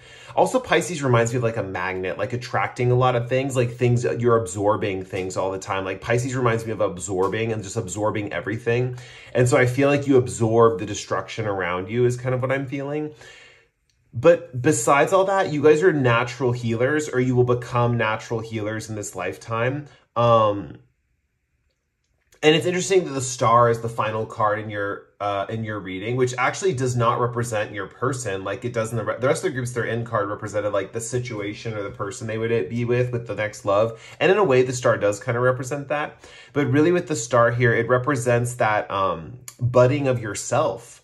It's almost like you're going to meet someone, by the way. You're actually going to meet a person, and you're going to meet them relatively soon. But the journey to love, you're actually going to find is more about loving yourself. Even though you have a partner and you're going to meet a love interest, the love that you're seeking is more self-love, and learning that, you know, the star comes right after the Tower card. And the Tower is the ultimate destruction card, right? There's a thunderbolt hitting a building. It's crumbling. People are jumping out, screaming, whatever. That's the Tower. You know, it represents something being destroyed in your life, a structure crumbling that was not built on secure foundations. But you're entering a phase of your life where you're moving out of Tower energy and into star energy. That's pretty much your journey, right? And right now you're dealing with other people's Tower moments, right? And you're kind of being the one to manage that. With the Two of Pentacles here, I see you guys go back and forth a lot. This comes more in focus with Believe in the Impossible, and I'll get to that in a second. But the end journey for you guys is to realize that you are the one bringing hope to people. You're the one bringing the feeling of hope to other people, essentially. You have a way of healing people with making them believe in themselves, or making people believe that something is possible, right? And we see this here with Believe in the Impossible right here, and that kind of echoes this end goal. But really what this is kind of referring to, it refers to both, right? It's kind of arcing into both these cards. But right now, as far as like a love interest, and, you know, I know you guys are like, okay, self-love's great and all, and I know that I want that, but I'm really focused on meeting the next love of my life, right? Or kind of, or the fact that you came to that reading and this is the topic, we're going to talk about that, right? With the Two of Pentacles here, this in particular with the waves in the background, it talks about oscillating between two things and going back and forth between two concepts or ideas. Specifically, it's referring to like the mindset. It can also be referring to business opportunities. So if you guys relate to the business opportunities side of this card, that is what this is referring to. That right now you guys are going back and forth between juggling different responsibilities in your life. Like, do I want to do this job? Do I want to do this job? Should I drop this? There's a feeling of juggling things here. And specifically I'm seeing with thoughts. Could be emotions because we have the waves in the background, but I am seeing that you guys are kind of in a toss-up between, it's like thoughts and practical stuff. Like I want to say thoughts too, just for those of you who need to hear that message, because that's what I initially thought with this card. But the more I'm reading into it right now, the more I'm seeing it could be just practical things. Like maybe you're trying to balance 2 jobs at once, you know, you're trying to work maybe 3 jobs at once, whatever it is. Maybe you're trying to balance the stresses of school and work, something like that. Or maybe you have a hobby that you're really passionate about and you're trying to find out how much time you want to engage in this hobby versus how much time you need to be pushing forward in your career. You know, where should I be? What should I be doing with as far as dating goes? Should I be going out and trying to meet people, or should I be focused on my career? Stuff like that. There's a feeling of weighing all these things in your mind and also in your life, like just juggling the realities of your life is kind of what I'm seeing right now. And with this yin yang symbol to her, there's kind of a balance to this, right? Like there's a feeling that you guys have kind of, or you're learning how to figure out balance in this area of your life, right? You're realizing, okay, if I give a little bit to this area, then when I get tired of this, I can put more energy into this area and I get energy for this area, right? It's kind of being a little bit of a chemist here. But with believe in the impossible, this is specifically referring to you guys balancing out the ideas of like partnerships and what is possible in a relationship for you. With the 10th house in Jupiter, I really do see that you are going to have a very, it could be one of 2 things. It could either be that you're going to have a spouse or a partner. The next partner you're meeting is very successful and has a very lucky and abundant public image with Jupiter in the 10th. This person could be very career driven in general and be very lucky in career. Like they could always get whatever job they want. They're really lucky and blessed in their career is kind of what I'm seeing. For a lot of you. For others of you, with the 10th house here, you're going to have a very public relationship with this person. So this love coming in, it's going to be very public. That means a lot of other people are going to know about your relationship. A lot of other people are going to be involved in your relationship, and your relationship has some kind of public image for other people. So you're going to be talked about is kind of what I'm seeing. And with Jupiter here, there's a feeling of your guys' connection bringing blessings to other people, you and your partner. Now, it's interesting because King of Wands is representing your person, and I actually see you meeting them relatively soon, right? Like the journey, remember, the journey is more, this reading's coming up is the journey is to like your self-actualization, which is the Star card, where you're going to actually actualize yourself as far as like, and that's why the reading's coming out like this, where this is the end goal and this is the love of your life, because really that's what's going on in your life. Like your next love, like that you're really going to feel for, you know, is this star energy, and it's going to be you guys. Like you're going to fall in love with yourself, right? You're going to have that self-love, that feeling of confidence. And that feeling of like knowing your path forward is kind of what's coming. But you do meet this person along the way, right? And that is technically the next love interest, right? Like the next actual love is this King of Wands person. It's some kind of authority or leader. And that's what I'm saying with the 10th house in Jupiter. I think this person's very lucky. With the lion in the background and the lizards, I think this person, I always get this with the King of Wands, like they're always ready to engage, but they're always poised and ready to engage, right? So I feel like when you meet this person, there's a feeling of looking across the room and seeing someone who looks like they're very eager to talk to you, but they're not making a move. But they have this sense of eagerness on their face, right? That's kind of how I'm seeing your person. And with the lion here, it's not so much that they're like weak in this department. Like the eagerness is not weakness, so don't mistake that. But the lion here is a sense of pride as well. So I think they're going to have a very strong and kind of regal presence. But at the same time, they have this sense of eagerness on their face. Like they're eager to talk to you or they're eager to communicate with you. But they don't like, what's that called? They don't make the first move, but they're ready to engage. Like if you start talking to them, they'll talk to you back and stuff like that. But this is the type of person who's not going to be insistent or pushy. They're not going to kind of like try to push a conversation when there isn't one, or try to like monopolize your attention when you don't want to talk to anyone. Something like this person knows how to leave you alone, essentially. But they're always ready for a conversation. It's kind of the vibe that I'm getting. They're always ready to communicate. So if you want to talk to them, they're always going to set down whatever they're doing and engage with you. I think this person, this King of Wands person, feels that you're very important in their life, or they believe you're very important. Now, here's the thing. With Believe in the Impossible, Blue Moon, this is kind of your key to actualizing this situation in your life. And it's almost like, for a lot of these, I'm getting like actions that people have to do. For you guys, it's more like an inevitable step in the process. Like, you're not going to have to consciously work on this too much, is what I'm saying. It's not like something you have to work on.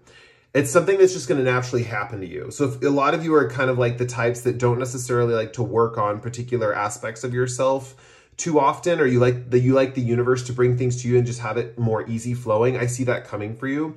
But it's interesting. I feel like you guys, even though you don't like to work or necessarily need like proactive steps to do to accomplish things or to get things in your life, with the Two of Pentacles here, I'm getting strong vibes of like weighing the pros and cons, or like weighing like, will this happen for me, or will this happen for me, or what's going to happen with this? What's going to happen with this?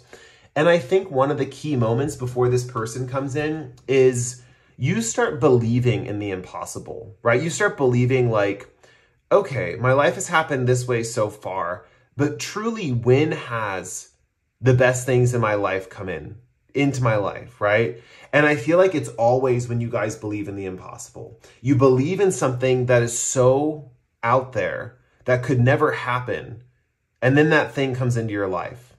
I'm really feeling that for you guys. And if that has never happened to you guys before, you probably picked the wrong pile. This is probably not your group. But honestly, if the readings resonated so far, maybe stick with it, you know?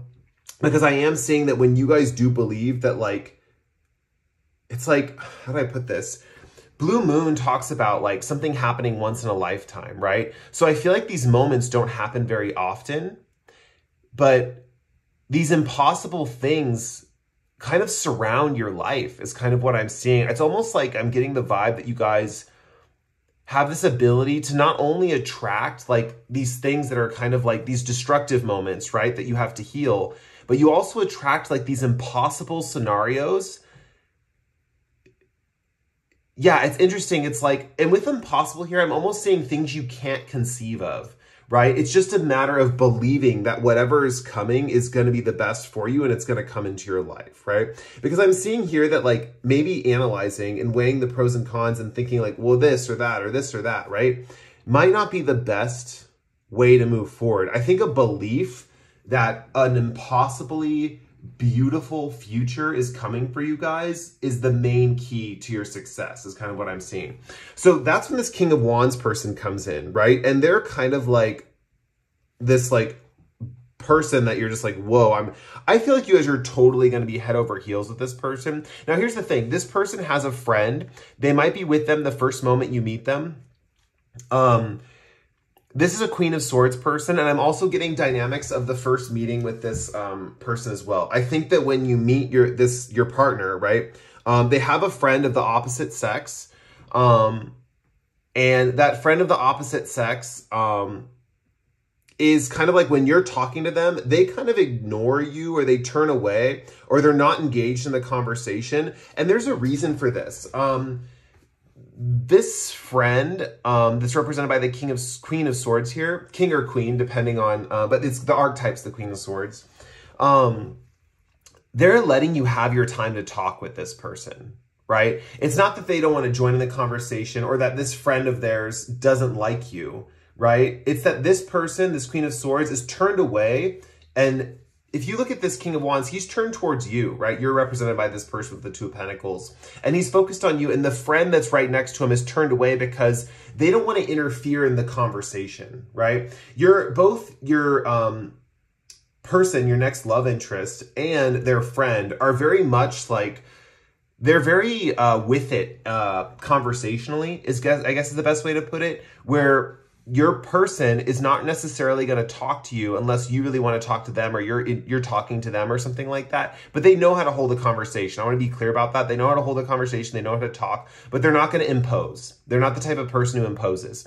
With the Queen of and the friend's the same way, right? I think the friend quickly notices that you two are having this really flirty dynamic, or that there's a love connection going on. And the friend's like, okay, I'll pay attention over here, or I'll like pretend to not be paying attention to the conversation. Or this person might play dumb in a dreamy way, like, oh, what? Oh, I didn't even know you guys were talking, or something like that, you know, kind of like that. But they're really being polite about it because they want to give you guys the space to flirt and communicate. This is not like a friend that's super jealous. This is a friend that's super supportive and is more like kind of like a good wingman. But the way they do the wingman stuff is they back off and they let their friend do all the stuff for, like, they let their friend flirt the way they need to and stuff like that. But yeah, this friend, this Queen of Swords person, is going to be a big person in this person's life. And I think when you guys get closer, I think all three of you will hang out often together. I'm getting the vibe that you click with this friend just as much as you click with the person that's your next love interest. And so the cool thing about this is I think you get like a love interest, like a romantic partner, but you also get like a best friend. Like you get to share the best friend of your romantic partner, and you guys kind of have this cool little, you know, like 3-person kind of interaction. I was going to say threesome, but it's not a threesome because I know what threesome means to you guys. Like threesome usually means sex, and I don't really see you getting sexually active with it. I see like a monogamous relationship with just a friend that kind of hangs out with both of you often. But anyway, so the star energy here and this Queen of Swords, she's pointing to the star. She's gesturing to the star. I really think this friend is the one who treats you in a specific way and tells you specific things where you realize that you're a healer. Like this person unlocks that ability in you and makes you realize that you are more than just something that attracts destruction, you know, and has crazy things happen to them. You know, like this is someone who's letting you know that you have a purpose and a destiny and a life path, right? And it's interesting because your next love interest, like the romantic love, I think you're compatible with them. And I think they're a good person, but they're not necessarily the key to unlocking your growth. I think this Queen of Swords person is a little more intuitive, a little smarter in that regard, and they're the key to unlocking your growth, right? And that's where that's like the platonic friendship that's coming through. You're gonna have that romantic partner too, like you're gonna settle down with a boyfriend is kind of what I'm seeing, or a girlfriend, whatever you guys are into. But then the friend that's the opposite sex, or like represents the different gender polarity, this is the person who's a little bit smarter, and they have a way of like unlocking your potential through like an intellectual discussion, intellectual conversation, something like that. Like I said, with the 10th house and Jupiter here, I really think that there's a few things here. I think this star card energy has to do with your career, has to do with your reputation. I also really think all three of you are going to be in the public eye as like friends and couples and stuff. I think a lot of people are going to know who you are. With Jupiter here, I think this is a blessed union. I think that this person is going to have, or at least this Queen of Swords person is going to teach you a lot, right? That's what the Jupiter is representing. And it's interesting how your guys' reading is coming through as two people. You know, it's coming through as two people. And that's okay, right? Like you're actually meant to fall in love with two people coming up, and they come as a pair. Even though they're not together, they come as a pair, right? Into your life. They're walking into your life as a pair. And I do think this Queen of Swords person is going to be aloof upon first meeting, because this Queen of Swords person is trying to promote their King of Wands friend and have them, you know, flirt with you and, you know, talk to you kind of because they know to like step out of the situation in order to let the situation unfold, you know, if that makes sense. They're not like the annoying friend that keeps butting into conversations and tries to stop the union from happening, something like that. Yeah, but believe in the impossible is just like a good key phrase for you guys. Yeah. With the Pisces energy here, I think the more you believe in things that are not possible, the more you attract magical situations into your life. And I think you will always attract some destruction into your life just because of your past life situation where you guys pretty much broke shit all the time. You broke things all the time. I think that in this lifetime, you're meant to heal things, and like things are going to break around you because you're meant to fix them. That's just part of your karma in this lifetime. But that doesn't mean you can't also attract magical situations, magical experiences, serendipitous moments. You know, that's another part of your life journey that I think that the more you believe in things that can't happen, the more those lucky experiences come into your life. You guys might be actually kind of rational types. Like you might actually be kind of rational or not into super wooed subject matter. But with this Pisces and believe in the impossible, I think the more you believe in things that don't exist or things that couldn't possibly exist, it's like, I don't know if you guys have watched the movie Practical Magic. She makes a spell in the movie to attract a love interest that couldn't possibly exist. And that's the only reason she does it. She's like, I'm making a spell because I know it's never coming true. That's the vibe for you guys. It's like you do that and then things come true for you, right? So I would say keep believing in the impossible and you'll be surprised at what the universe throws your way. I think that just believing in the impossible, you'll attract these magical experiences, you know? So if you haven't watched Practical Magic, watch it. We're approaching Halloween season and stuff, so I think that would be a good movie to watch for you guys, just because the main character who attracts the love interest, that's kind of the vibe, that moment where she makes that spell. That's kind of the vibe that I think you guys should embody, or that will help you attract, like, and that's just coming through for your ultimate purpose of being a healer. You know, I think that you use these magical experiences you attract to help mend and heal things, you know? It won't feel as stressful when something breaks or something breaks down. It's like, oh man, the fridge broke again and now I gotta fix it. When you attract these magical energies into your life, you can kind of use those to fix things and things will flow a lot easier, right? It'll feel less like a balancing act and more like a beautiful dance, you know, like a beautiful dance through life or a flowing through life, something like that. So I'm going to end your guys' reading there. Thank you for letting me read for you. Something that helps out the channel is if you like or comment below. So if you want to do that, feel free. And with that said, I'll see you guys in the next pick a card, and I'm going to move on to the next group. Bye. Have a good one. Hey, group 5. This is if you picked the Amethyst cluster. So let's get into your reading. First, I'm going to draw a past life oracle card to see where you're coming from on this journey. At least in your past life, where you're coming from. Let's see. And we have Maritimer, Explorer, Ocean Traveler, Fisherman, Pirate. And let's get a Moonology card for you guys.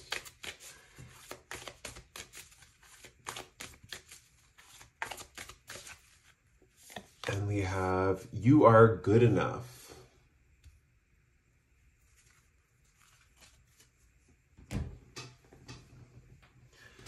You know, I like to tell myself this often. It's a good thing to tell yourself, honestly, you know? Okay, so let's get your Astro Dice and then we'll pull your tarot cards. We have the Moon, the 8th house, and Taurus. And now let's draw. I'm trying to make these all, for some reason, I can never get my cards straight on the... Okay, this one flipped out. I'm going to do what I did for group 5 and talk to you guys about that card in a second. I'm going to put it off to the side and then I'm just going to draw your other cards. Okay.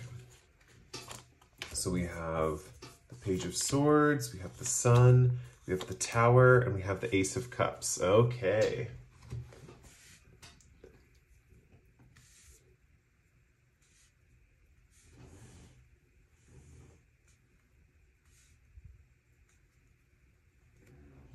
Okay, so first we're going to talk about this card. This card flipped up out of the deck. It's the Magician.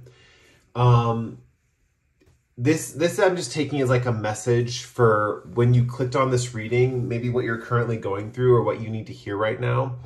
There's a few things in this card that stick out to me. First of all, he has all the tools he needs, right? That's every Magician card usually is showcased with a pentacle, a sword, a cup, and a wand. So he has all the tools he needs.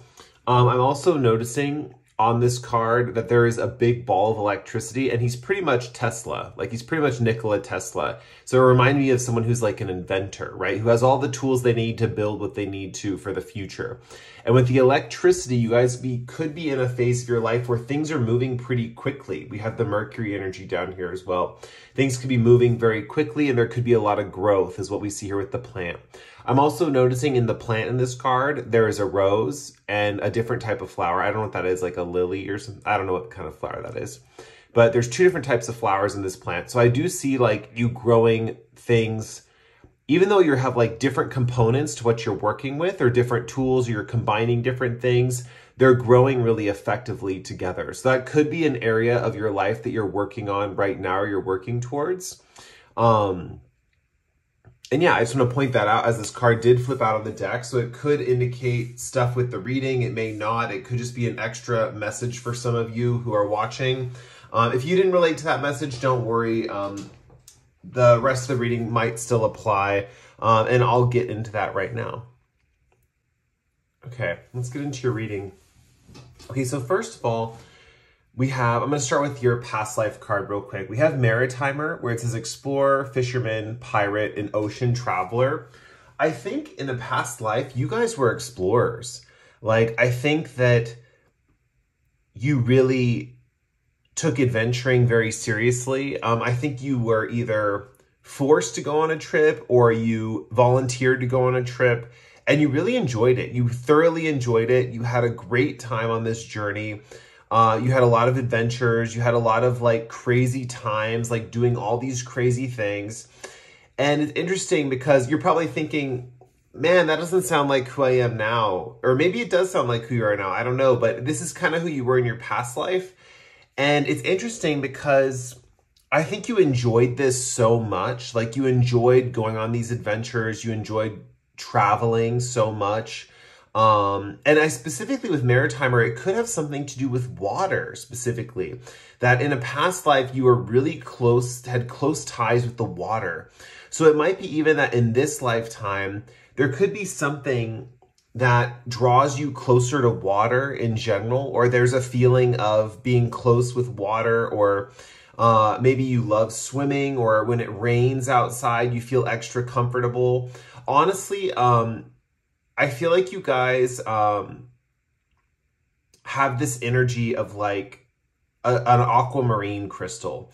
Like, look up aquamarine and what that crystal does in water. You guys are literally the physical embodiment of an aquamarine crystal. So for example, aquamarine crystals, like, I love my aquamarine crystals, honestly, because they do a few different things for me.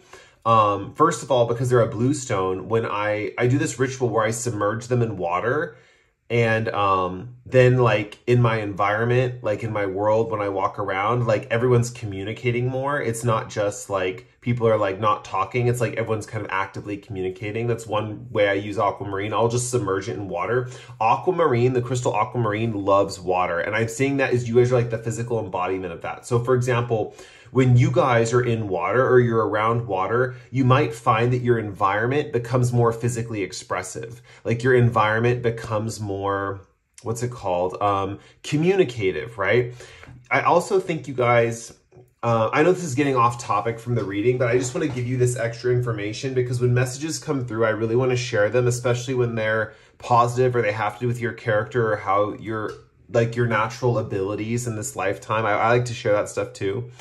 Anyway, so with the you guys being the physical embodiment of aquamarine, there's other factors too. Like, for example, you guys might be very comfortable driving in the rain where your friends aren't. Maybe your friends are like, I don't want to drive in the rain. Like, the rain scares me. And maybe you guys just feel so comfortable driving in the rain. Like, you know, nothing's going to happen. You understand, you know, what hydroplaning is, all that crazy stuff, right? So another reason, like, I use my aquamarine, for example, is when I'm driving in the rain. Like, sometimes I'll feel uncomfortable driving in the rain. But if you keep a piece of aquamarine in your car when you're driving in the rain, you are much less likely to get into an accident. Honestly, it's like this reverse effect, because when you use aquamarine in your car when you're driving in the rain, it's like you become this perfect driver who doesn't hit anything or not that you hit anything normally, but it's like you navigate very well, right? Aquamarine's like a navigating stone as well, specifically for people who were in the ocean or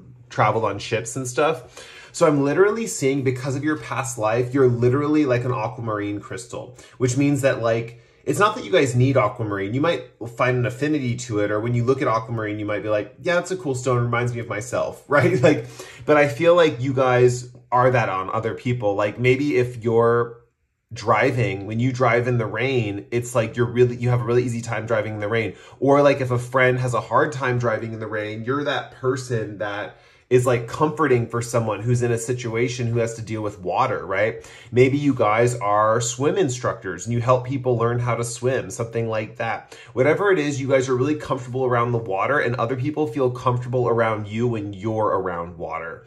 So for example, if you're finding that you have a lot of enemies or people don't like you that much, re-emerging in some water, like taking a shower or going to the river and bathing in the river, or swimming in your swimming pool, or taking a dip in the ocean or a dip in the lake, that's all gonna rejuvenate you, right? You guys are really in tune with that watery energy, right? Because of a past life, you absorbed all the good faculties of water, that it's carried with you into this life. It's like you've learned that lesson, and it's like water's this healing component. I'm also getting the image of Percy Jackson. When Percy Jackson, I think the show's called Percy Jackson, the Lightning Thief. I never read the book, but I saw the movie. Like he's by the water and like Poseidon whispers to him and he's like, "Go to the water, Percy, it shall heal you." And so like Percy goes to the water, and the water like goes up his arm and it heals his wounds, right? So I'm seeing that kind of vibe for you guys. Water has a super healing influence on you for sure. Okay, let's get more into your reading. So with Page of Swords, it's funny that you guys are an aquamarine crystal, because I do see that in early life, or just maybe in your position that you're in right now, with the Page of Swords here, I feel like you guys hold back your thoughts and opinions. Or you're in this phase of your life where you're like, I don't feel like people deserve what I have to say. Or you feel like, I don't think people are going to understand what I have to say.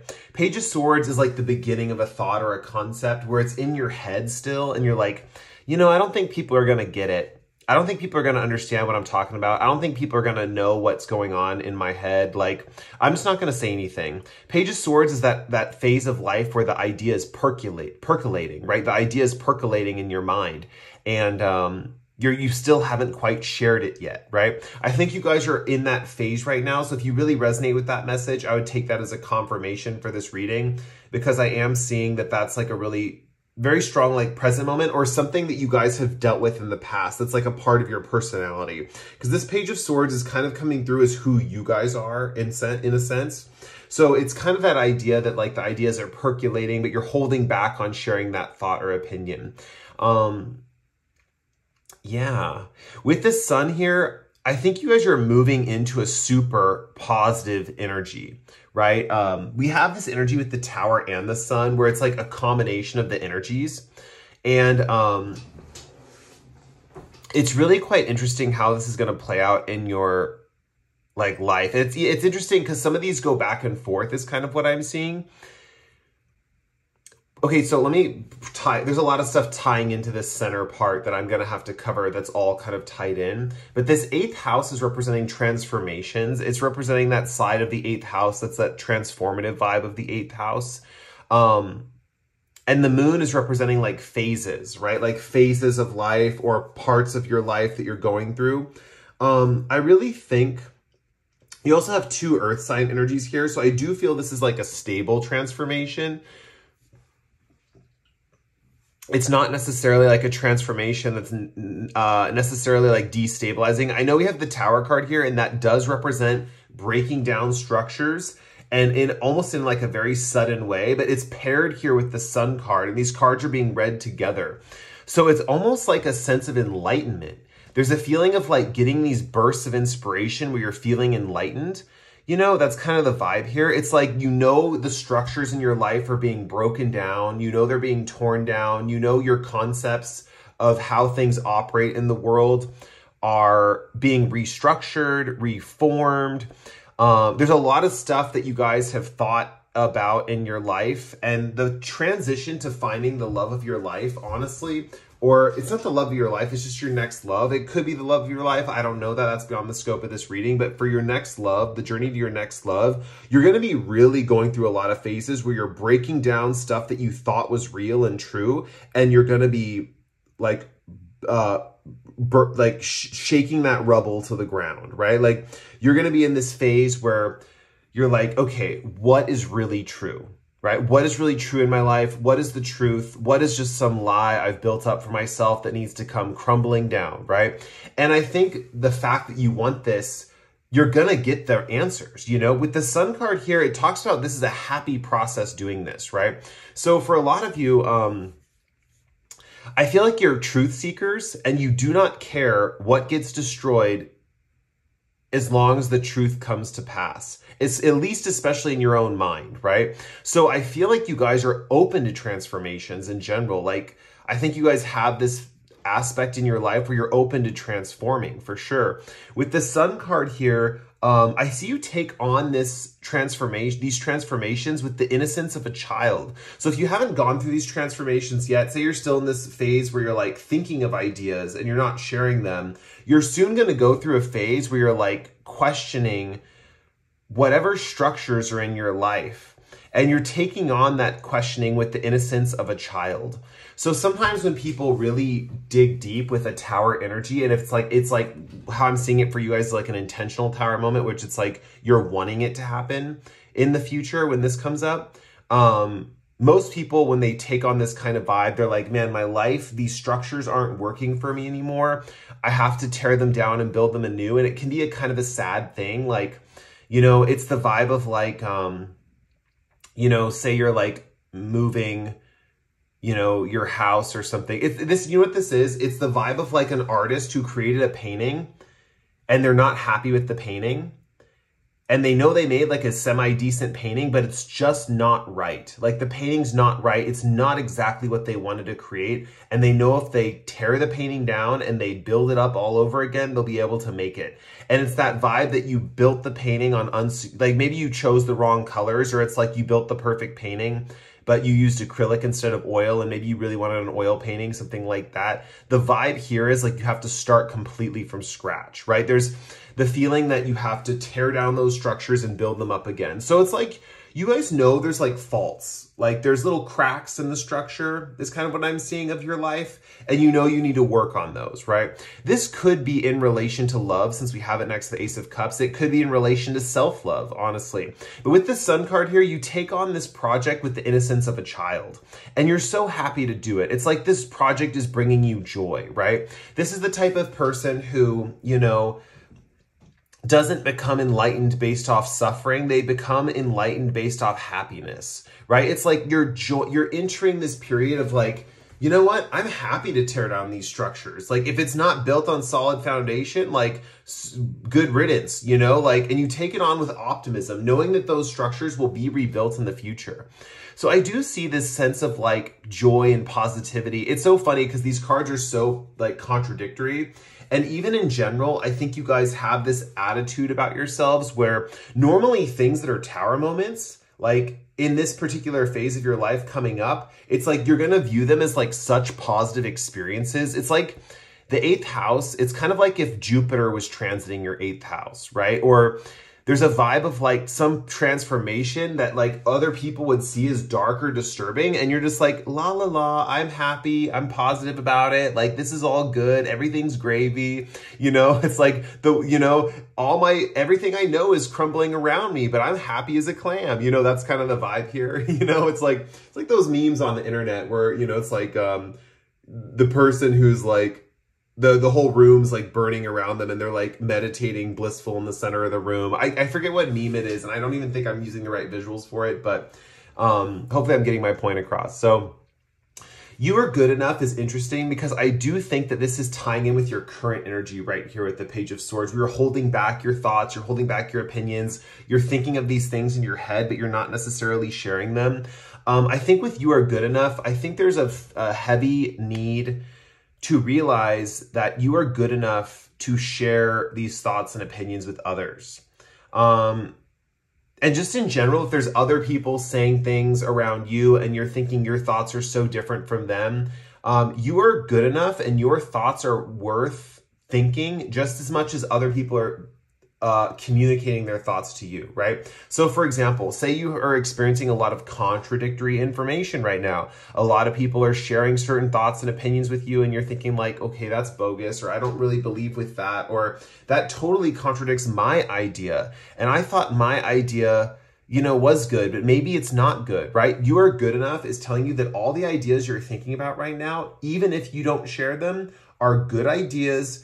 And, you know, they're worth considering, right? Just because someone else shares an idea with you and it counteracts something you thought of in your head doesn't mean their idea wins. It doesn't mean their idea is better than yours. Your idea has equal weight to theirs, right? And I would say even more weight because it's personal, you know?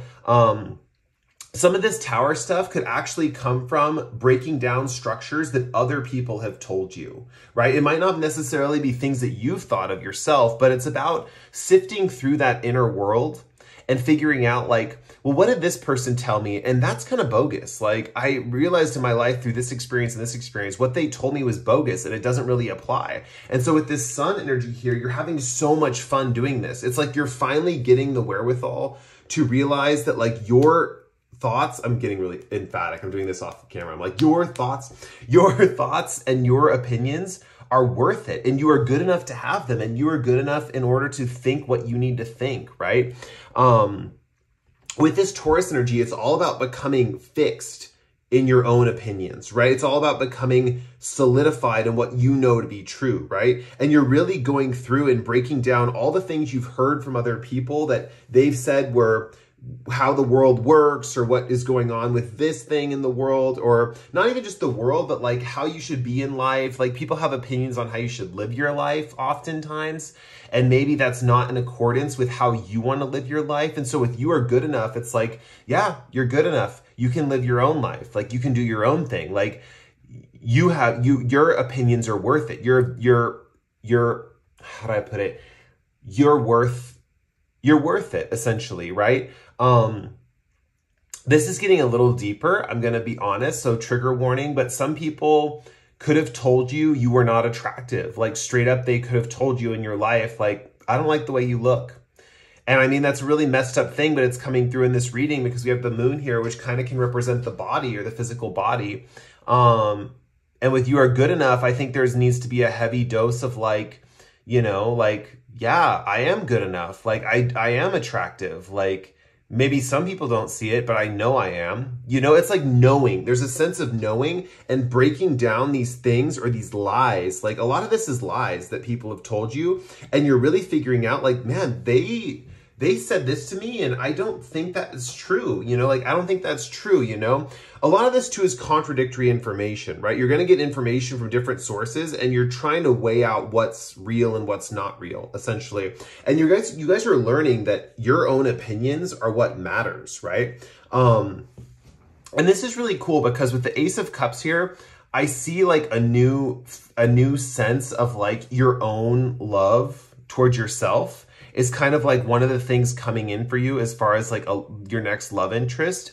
And I do think that your next lover or your next love interest is coming at a time when you have so much self-love for yourself and what your thoughts are and what your beliefs are. And I'm not talking about happiness, right? I'm talking about self-love. They're two different things. So with the Sun card here, this talks about you guys being happy people, right? It's not that you're not happy people. And I think you take on this transformation aspect with a positive attitude, but you can be happy and not necessarily be full of self-love. I do see that the self-love is coming. And when you do learn to love yourself and value your own opinions and value what you believe in, that's when a partner comes in. And it's funny because with this Page of Swords, I don't necessarily see you like having to share those opinions. So if you're the type of person who's like, you know, I don't know if I ever want to share my opinions, maybe that's a step too far for you guys. I don't see you having to cross that bridge. You know, at least in this reading, you don't have to cross that bridge before you meet your love interest, right? The cool thing is, though, is that if you're confused about if your idea is worth it or not, I think your ideas are worth it. And with you are good enough, this is kind of the self-esteem and the arc of the reading, essentially. Like, this is the whole arc of how you're meeting your partner, right? It's a transformation of the self and learning that you are good enough to have your own thoughts, to have your own opinions, and that even if they contradict from other people, that's a good thing because it means other people aren't telling the truth, right?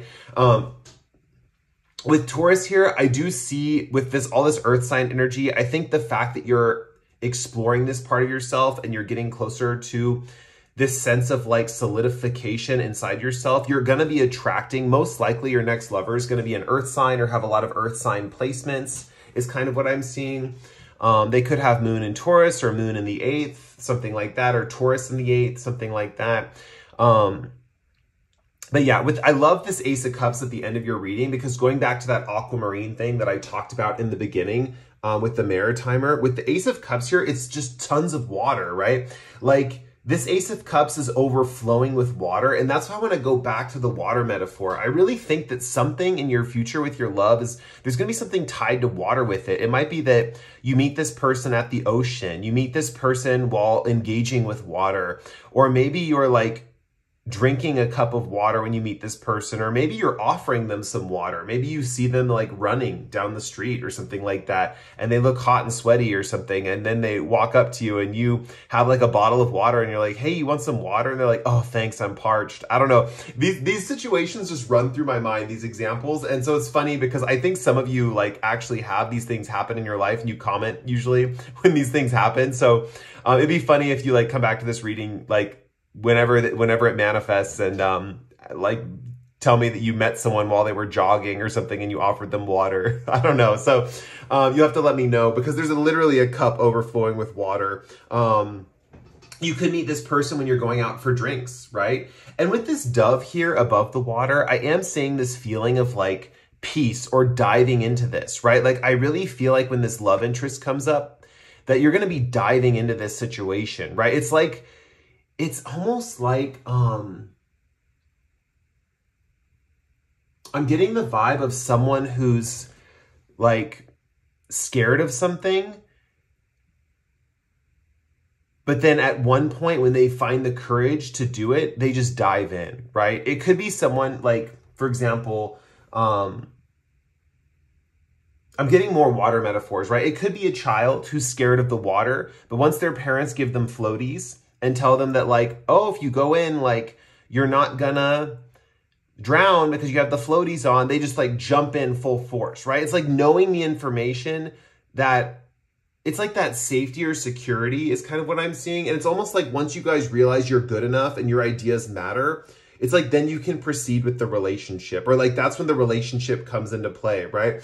And I will give you this, like from what I know about earth signs, most earth signs that I've met are attracted, in general, they're attracted to confidence from my experience with earth signs. They're attracted to confidence. They're attracted to people who have a strong sense of self. And I think you guys are going to have that.